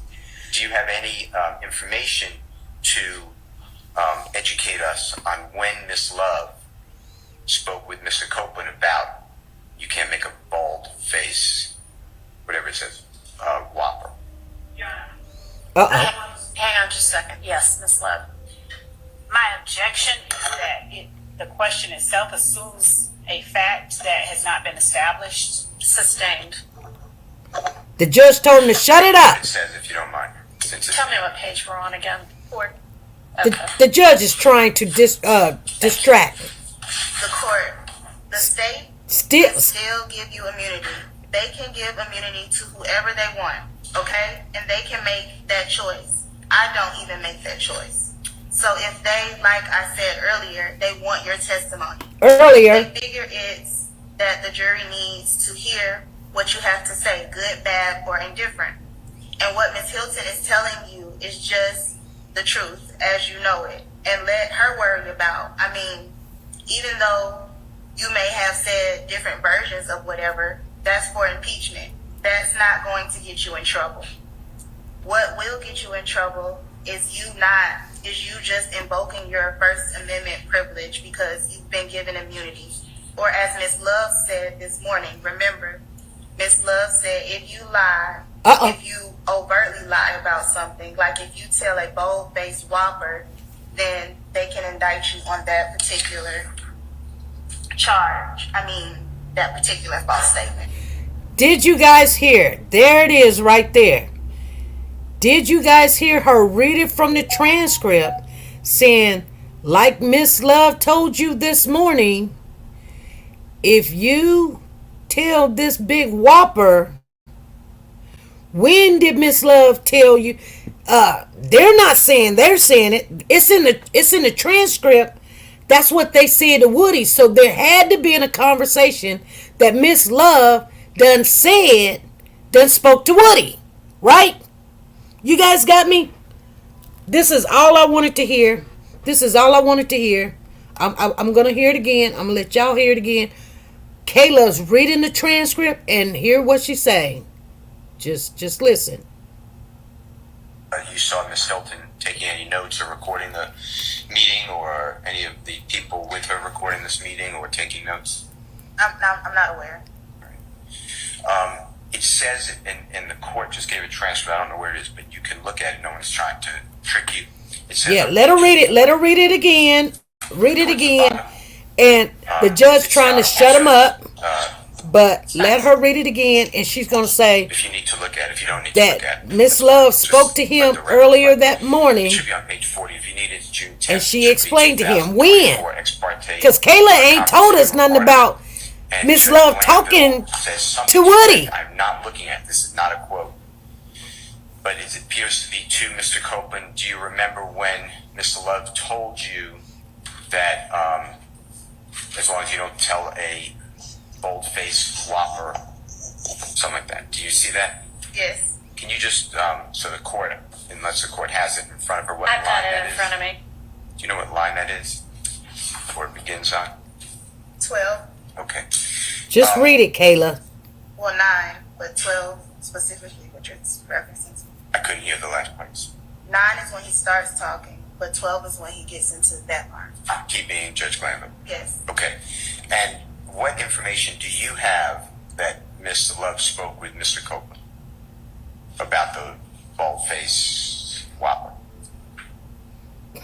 Silence. I'm sorry. Can you ask that again? Well, apparently Miss Bumpus didn't understand it any better than I did. Yeah. When did Miss Love talk to him?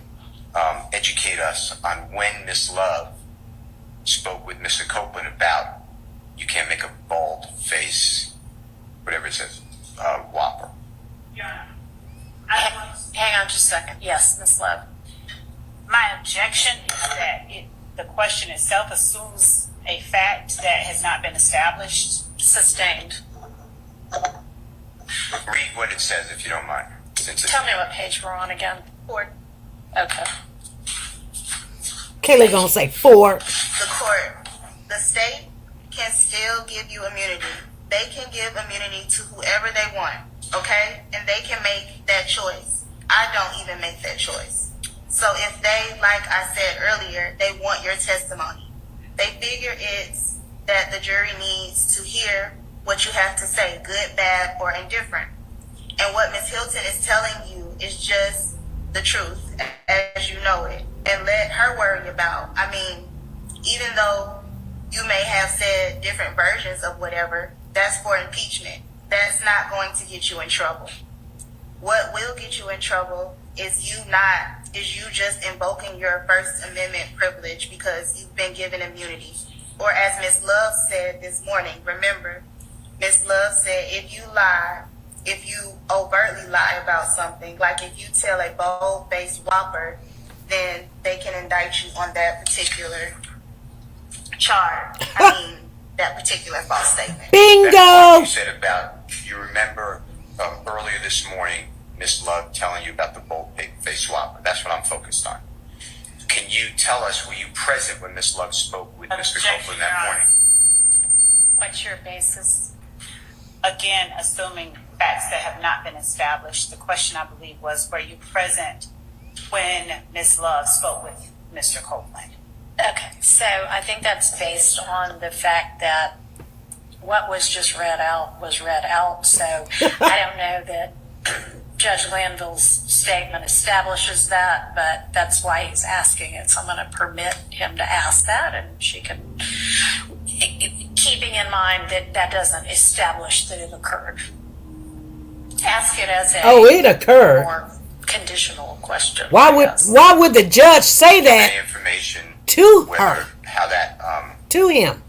came about, if it occurred at all? So the meeting was really long and a lot happened. I can't remember if Miss Love was ever in the room at the same time as Mr. Copeland. So I don't remember them being in the room together. And if they were, they did not have any communication. Okay. Kayla, please shut up. All right. Do you remember in that She don't know when to shut up. Remember, Judge Glanville handing something to you for Mr. Copeland? Absolutely. Can you tell this court what that was? Which time? Every time. So go one at a time. So the first time, I believe he handed me a copy of the immunity order. Okay. And the second time, he handed me 2 statutes. One on perjury, and I think the other either on impeachment or, yeah, I think that's what it was. Okay. Any questions? Wow. Right now, questions you remember being handed to you or Mr. Copeland? District Attorney's questions, was that given to Mr. Copeland? No. Okay, you remember that discussion? No. All right. I don't have any other questions. Thank you. Thank you. All right. Any other defense attorney have questions for Ms. Oh, Phillips? wow. That's all I wanted to hear. Over again. I just needed to hear it one more time. I can't remember who else questioned her, but she doesn't know when to exercise her right. Yes, she already talked. Good morning. Yeah. Counselor, I want to take you back to that Monday, June 10th, 2024. When you arrived for court that day, you were arriving to represent Mr. Copeland, correct? Yes. As a witness? Yes. Okay. And where did you go when you entered the courthouse? I came right here. To this courtroom 1C? Yes. Okay. Did you ever request an ex parte meeting with the judge? No. To your knowledge, did Mr. Copeland ever request an ex parte meeting with the judge? No. Okay. How did this meeting come about? Exactly. I was down here, and when I got here, the courtroom was closed. There was no one here, and so I contacted Mr. Chamberlain, and he came down. He told me to call him when I got in the courthouse. So I called him when I got in the courthouse, and I was right here. And he came down and got me, took me upstairs. Okay. Were you ever told why you were going upstairs? I was never told why I was going upstairs, but once I got upstairs, I thought I was upstairs because that was the only place I could talk to Mr. Copeland.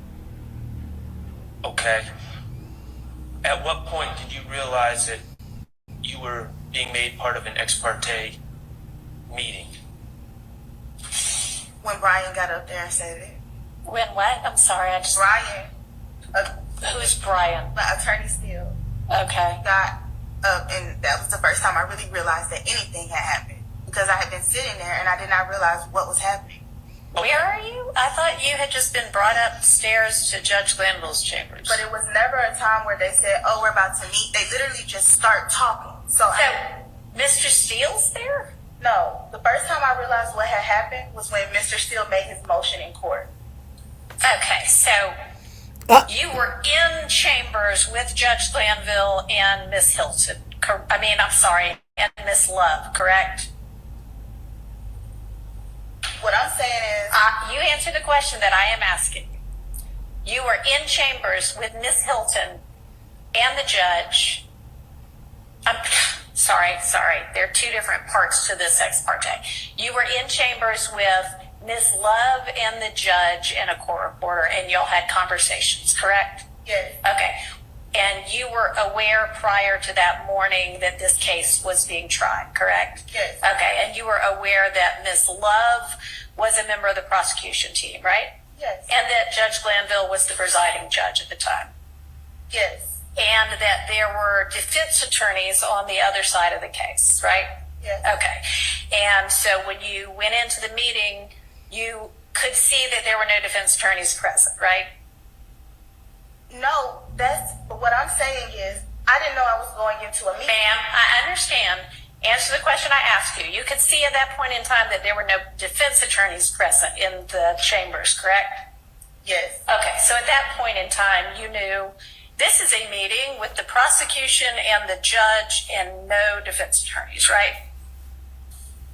What I'm saying is, Ma'am, answer the question I am asking you. I didn't realize it was a meeting. Okay, so at the point when people started talking, let's call it a meeting at that point in time. Okay. And so you knew that the defense attorneys weren't there then, right? Yes. Okay. And so you knew it was an ex parte. If you knew the term ex parte. Yes. Okay. Go ahead. And in the meeting, who initiated the conversation about the purpose of the meeting? Was it you? No. Okay, who was it? All right, let me ask y'all a question. I can read what's in the transcript. So unless there's, something that that we're saying. This judge is before, not being fair, you guys. Said, okay, I'm ready whenever y'all are. I don't need an exposition of who said what. I can see it, okay? Okay. She, I have no questions. All right. that tells you that judge Ms. is Matthews. not wanting to throw Judge Glenville under the bus. Good morning. Good morning. Just a few questions for you. At any time during the meeting that took place between the court, the prosecutor, yourself, Mr. Copeland, were you ever told by the court not to disclose any of the contents? All right, we are not going to replow the issue of Mr. Steele being held in contempt. That is moot. So to the extent that this is going to that, move on. Okay, that's where I was going. All right. Thank you. No question. Anybody else? From the defense team. Replow. Side. Okay. Ms. Love, do you have questions for Ms. Bumpus? A few, Judge, just a few. I want to hear what she say. Hey, Ms. Jackie Bumpus, Barty. You were asked by, I believe, Mr. Steele whether Judge Glanville ever handed Mr. Copeland anything. Do you remember being asked that question? No. Okay. Do you recall telling Mr. Steele or Mr. Shard or either member of the defense team this morning that in the June 10th hearing, Judge Glanville handed you a statute on perjury? Can you say that again? Do you recall testifying earlier that during the June 10th hearing, Judge Glanville handed you a copy of the perjury statute? Yeah. You can correct me if I'm wrong, but I thought the question was, did he hand it to me to give to Mr. Copeland? Do you recall testifying that Judge Glanville handed you a copy of the perjury statute? Or better yet, let me do this. Did Judge Glanville give to you a copy of the perjury statute? And said, hand this to Mr. Copeland? Yes. Okay. And did Judge Glanville give to you a copy of the immunity statute? And say, hand this to Mr. Copeland? Yes. All right. And when you responded, let me back up. So do you not recall being asked in this courtroom today, did Judge Glanville ever give to Mr. Copeland anything?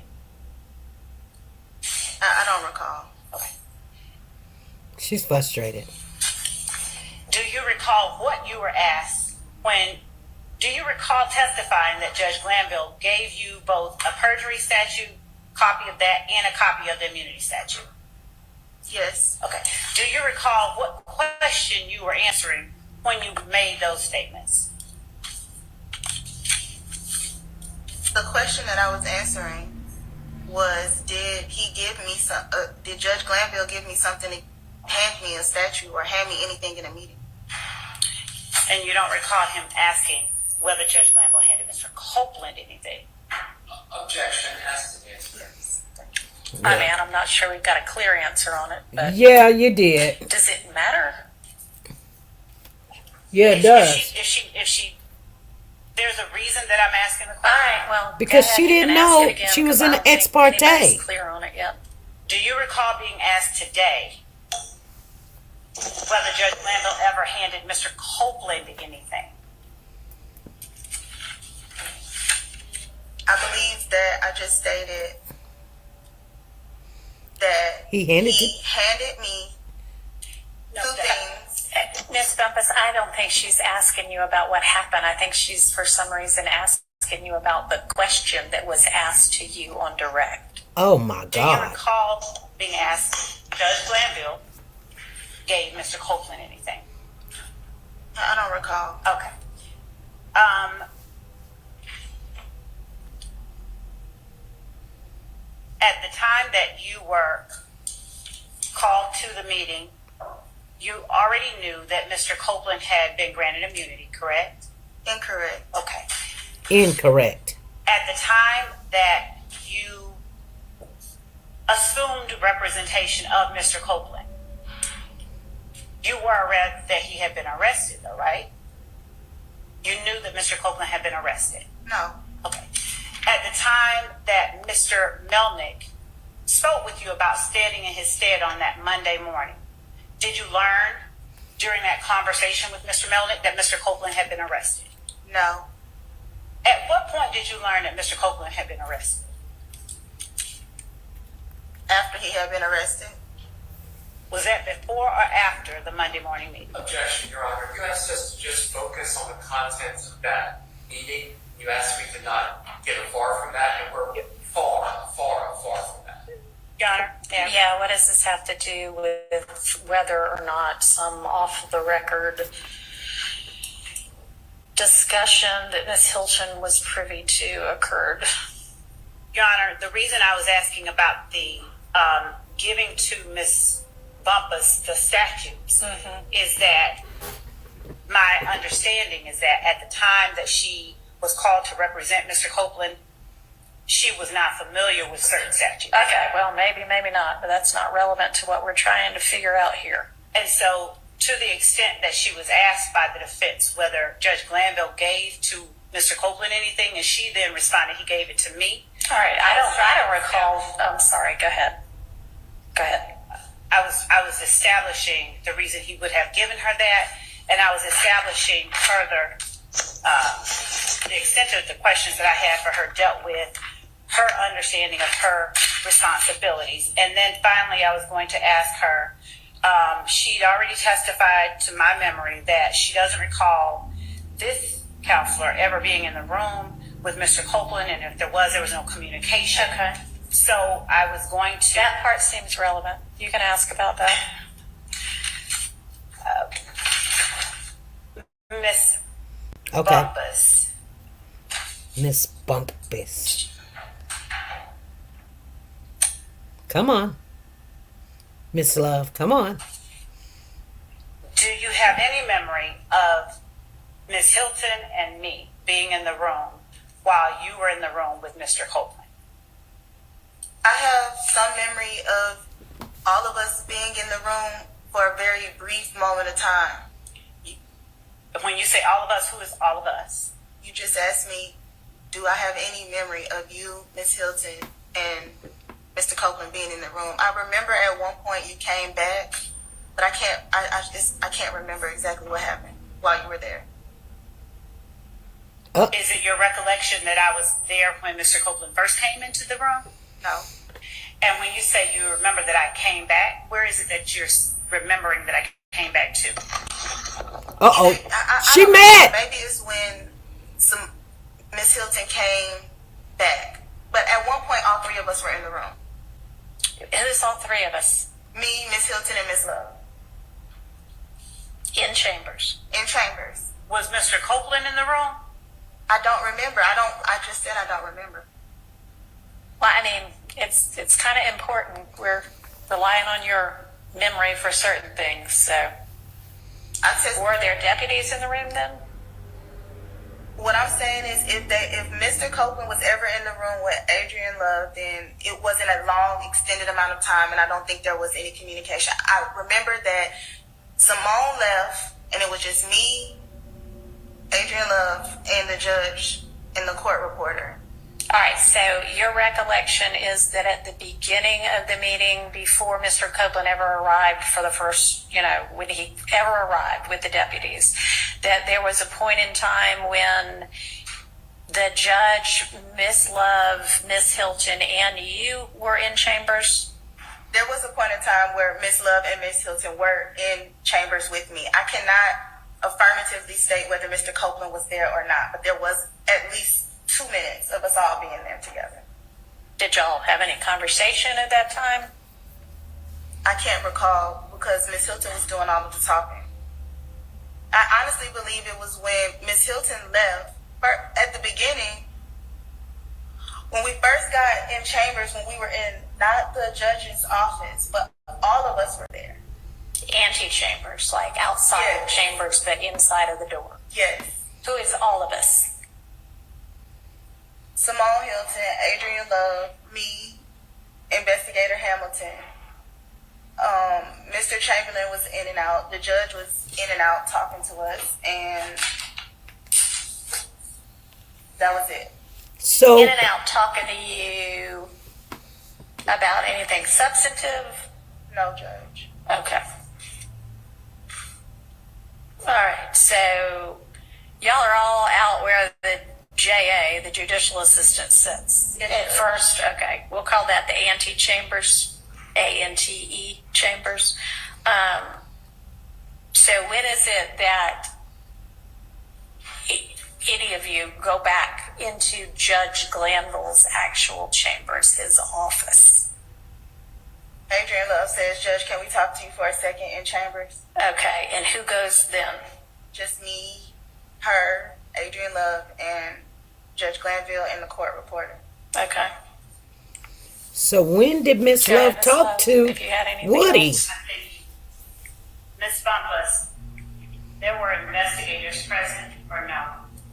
When you, me, Judge, court reporter first went back? I can't remember. Do you recall a comment from either the court reporter or the judge just joking about the fact that I'm not allowed to go anywhere without the investigators? No. And when you say that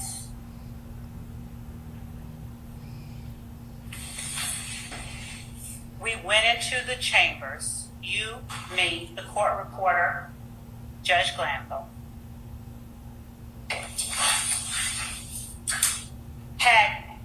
was Judge Glanville's deputy there? Yes. I guess if he's a deputy, I don't know.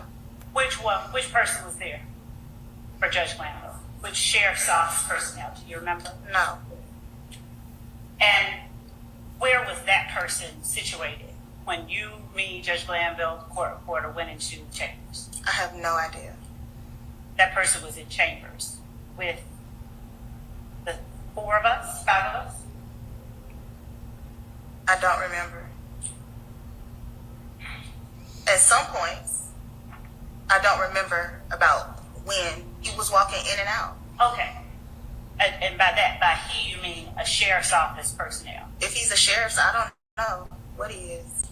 Do you remember, do you have any memory of the investigator, an investigator being present with me while I was in there?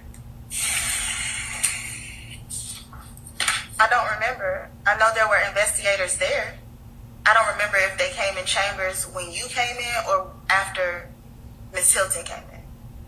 And seeing the transcript, does it do anything to refresh your memory about who all was there? No. Okay. And when you testified earlier that at some point after I left the first time, that Simone, me, and you ended up in a room together in chambers. Do you recall testifying that way to the court just earlier today? Yes, at one point, me, you, and Simone were in chambers together. Like I said, it was a brief moment, and I don't remember you saying anything. But that was, are you saying that now that was after I left the first time? I really don't remember. Okay.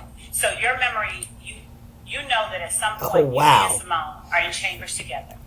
You cannot recall whether after I left the first time I ever came back. I cannot recall. Okay. And when you said they put an attorney on trial, golly. Pointed question. Did Kenneth Copeland ever say, I killed Nut while Simone Hilton, to Simone Hilton while you were in there? Can you ask the question again? Did Kenneth Copeland ever say to Simone Hilton, I killed Nut? No. Did Kenneth Copeland ever say to Simone Hilton, I killed Donovan Thomas? No. Did Kenneth Copeland ever say that he killed anybody to Simone Hilton? No.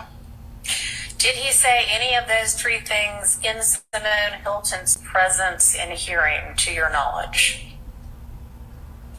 Can I answer that with a non-yes or no question, Judge? With a what? With an explanation, because he didn't say yes, or he did not say I killed, but he said you cannot tell me what I did or did not do. Okay. That's the extent that he said? Yes. Okay.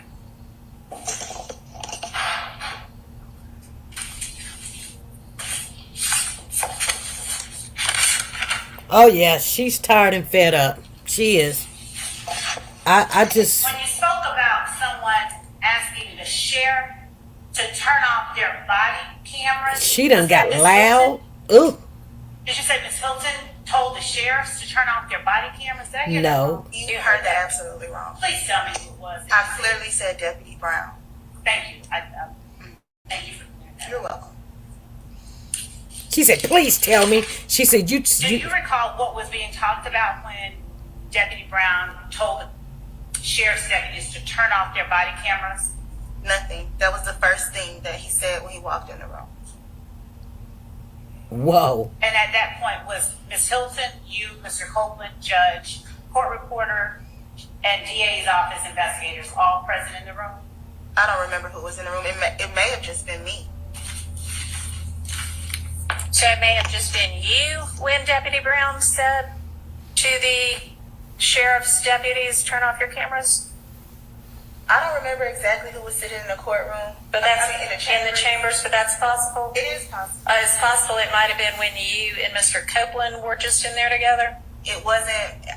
Well, Mr. Copeland had to have been in there, right? Because you said the deputies didn't show up until Mr. Copeland arrived. No, what I'm saying, Judge, is that was the order as he walked in. Right, but what did you say might have just happened when it was just you? Nothing. I was saying I may have been the only one sitting there. I can't remember, but there wasn't like, oh, step out. It's as soon as they walked in, this is what was said as Mr. Copeland was walking in. She just said something totally different. Wow. Kayla. And was there any, did you request at that point that they brought him in to have a private meeting with your client at the time? At that moment, I hadn't requested anything.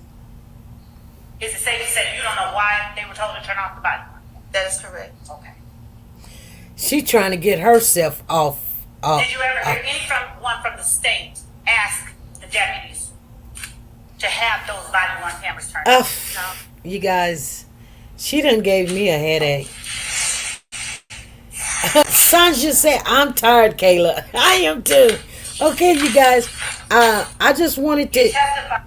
I wanted you guys to hear how this kind of went down. I had time to listen to it a little bit. I wanted you guys to kind of know how the attorney was on the stand and how she got all mixed up, got fed up, got tired, everything. She couldn't recall nothing, but she gave it her all. Let me tell you something. When you're under that kind of a pressure and you're on the stand, your license is in their hand. So they're trying to trick you up, changing words, leaving out words, and then you say yeah to something stupid, and you be like, oh my God, did I just say that? You know, you can't go back and say, let's do it, re-over, ask me the question again. Because once you say yeah to something that you go, no, now hold on, she got me all mixed up. Because that's what they're doing. They're mixing her up. And they can mix her up. Because she's very soft-spoken. And Miss Love started getting loud and you know, shaking the mic over there, throwing the mic over there. Like, I'm sick and tired. You know what? I would have said, calm down. That's what you do. When people get like that, just say, calm down. Because it shows that they're out of control. And it makes them even madder. So when they get like that, you say, hey, hold on. Calm down. Why are you yelling at me? Why are you doing this to me? And I guarantee you, when you're on the stand and they start getting loud or whatever, and you tell them to calm down, like, why are you yelling? The judge has to step in and say, hey, you're being very confrontational to the witness or aggressive to the witness, and they have to step back. And when they don't want to step back, they thinking, I'm on a roll now. We're like a snowball at the top peak, and we're coming down, and I'm getting you all excited, I'm getting you all twisted. Just say, hey, yeah, why are you yelling? Calm down. What's going on? Woody does not say that. Woody be like, what? Huh? Can you repeat that? That helps, but it actually helps when you say, please calm down. Quit yelling at me. Like, I'm trying to help you guys. You're giving me immunity to come up here, and I'm trying. That's all you have to say to make them back off. So if I didn't say anything to help little Woody out, hopefully he'll listen to this video or somebody tells him. And when he gets up there Monday, if he takes the fifth, go sit down for 5 months. If you want to talk some more, then don't get mad when people call you a rat, when they call you, a snitch, because you're not smart enough to get out of this. And you know what? This will be held over your head forever because you're doing too much. You done said a whole bunch of lies to get out of jail. It helped you get out. Okay, start all over. Just start all over. Just know. I'm not gonna tell them. But if you want to tell them something, tell them how Miss Love and you had a conversation, and that'll shut them up. And if that don't shut them up, when they start yelling and hollering and being aggressive, tell them to calm down. Why are you yelling at me? I'm up here because you want me to be up here. Exactly. You guys got it? These are the things I... Latoya said he acting crazy. Well, no, he's not really acting crazy, Latoya. It's just, the courtroom is not his field. It's just not. It's not nobody's. If, you have to be, that's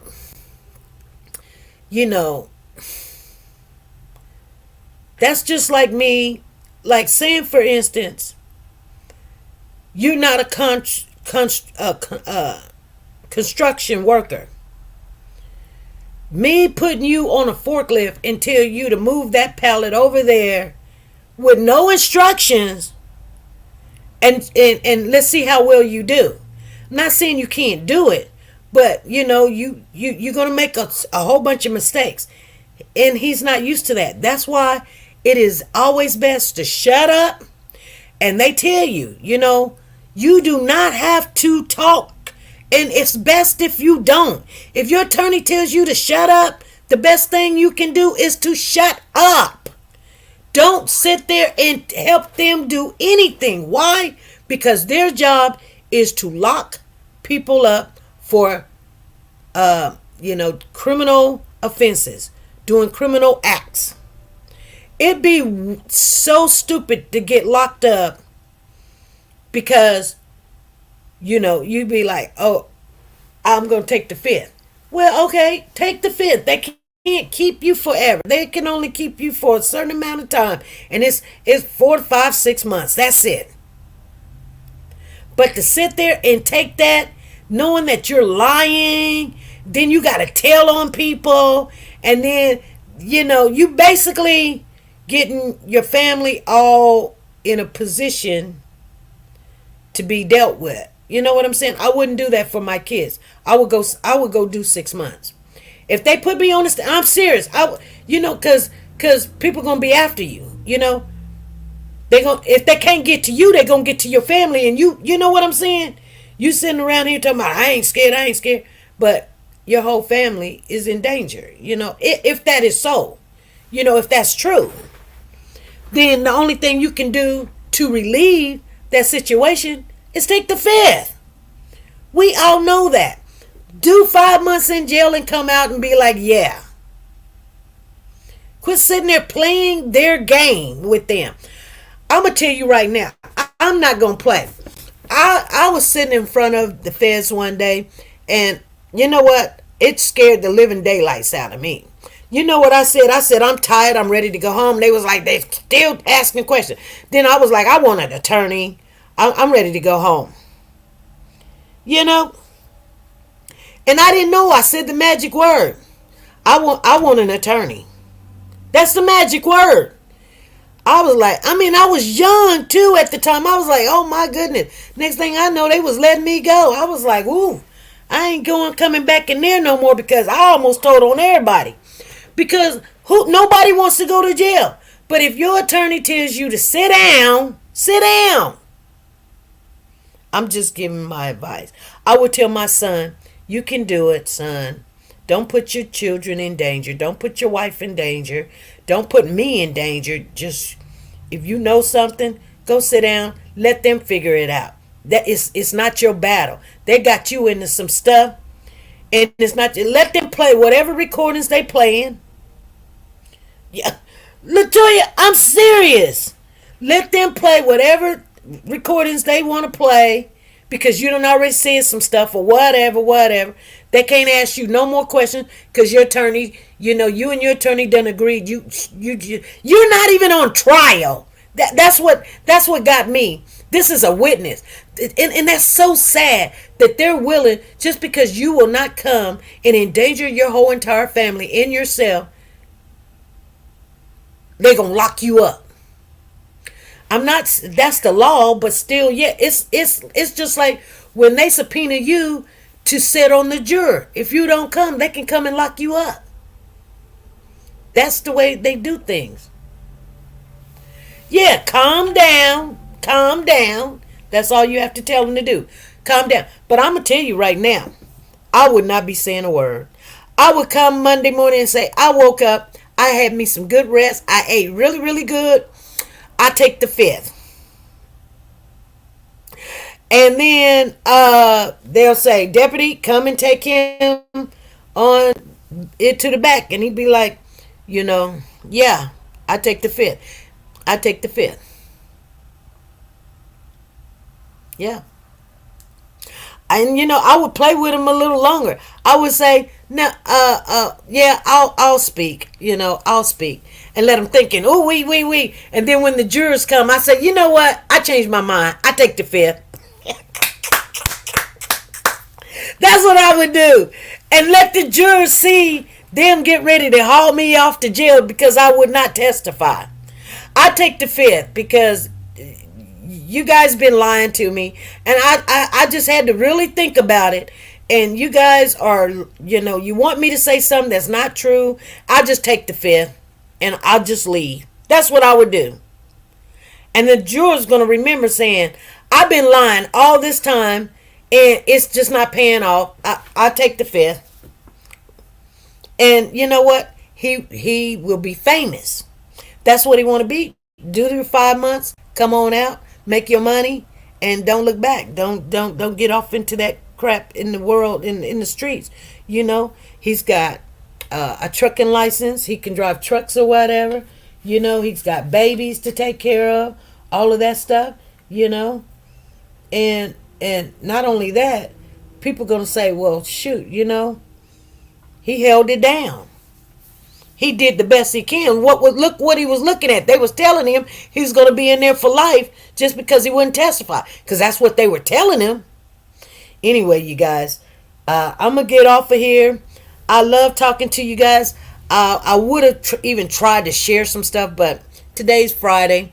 Let's just have a peaceful Friday. You guys enjoy the rest of your weekend. I will see you on the week. I will see you tomorrow. I'm going to come on. So you guys be good, be great.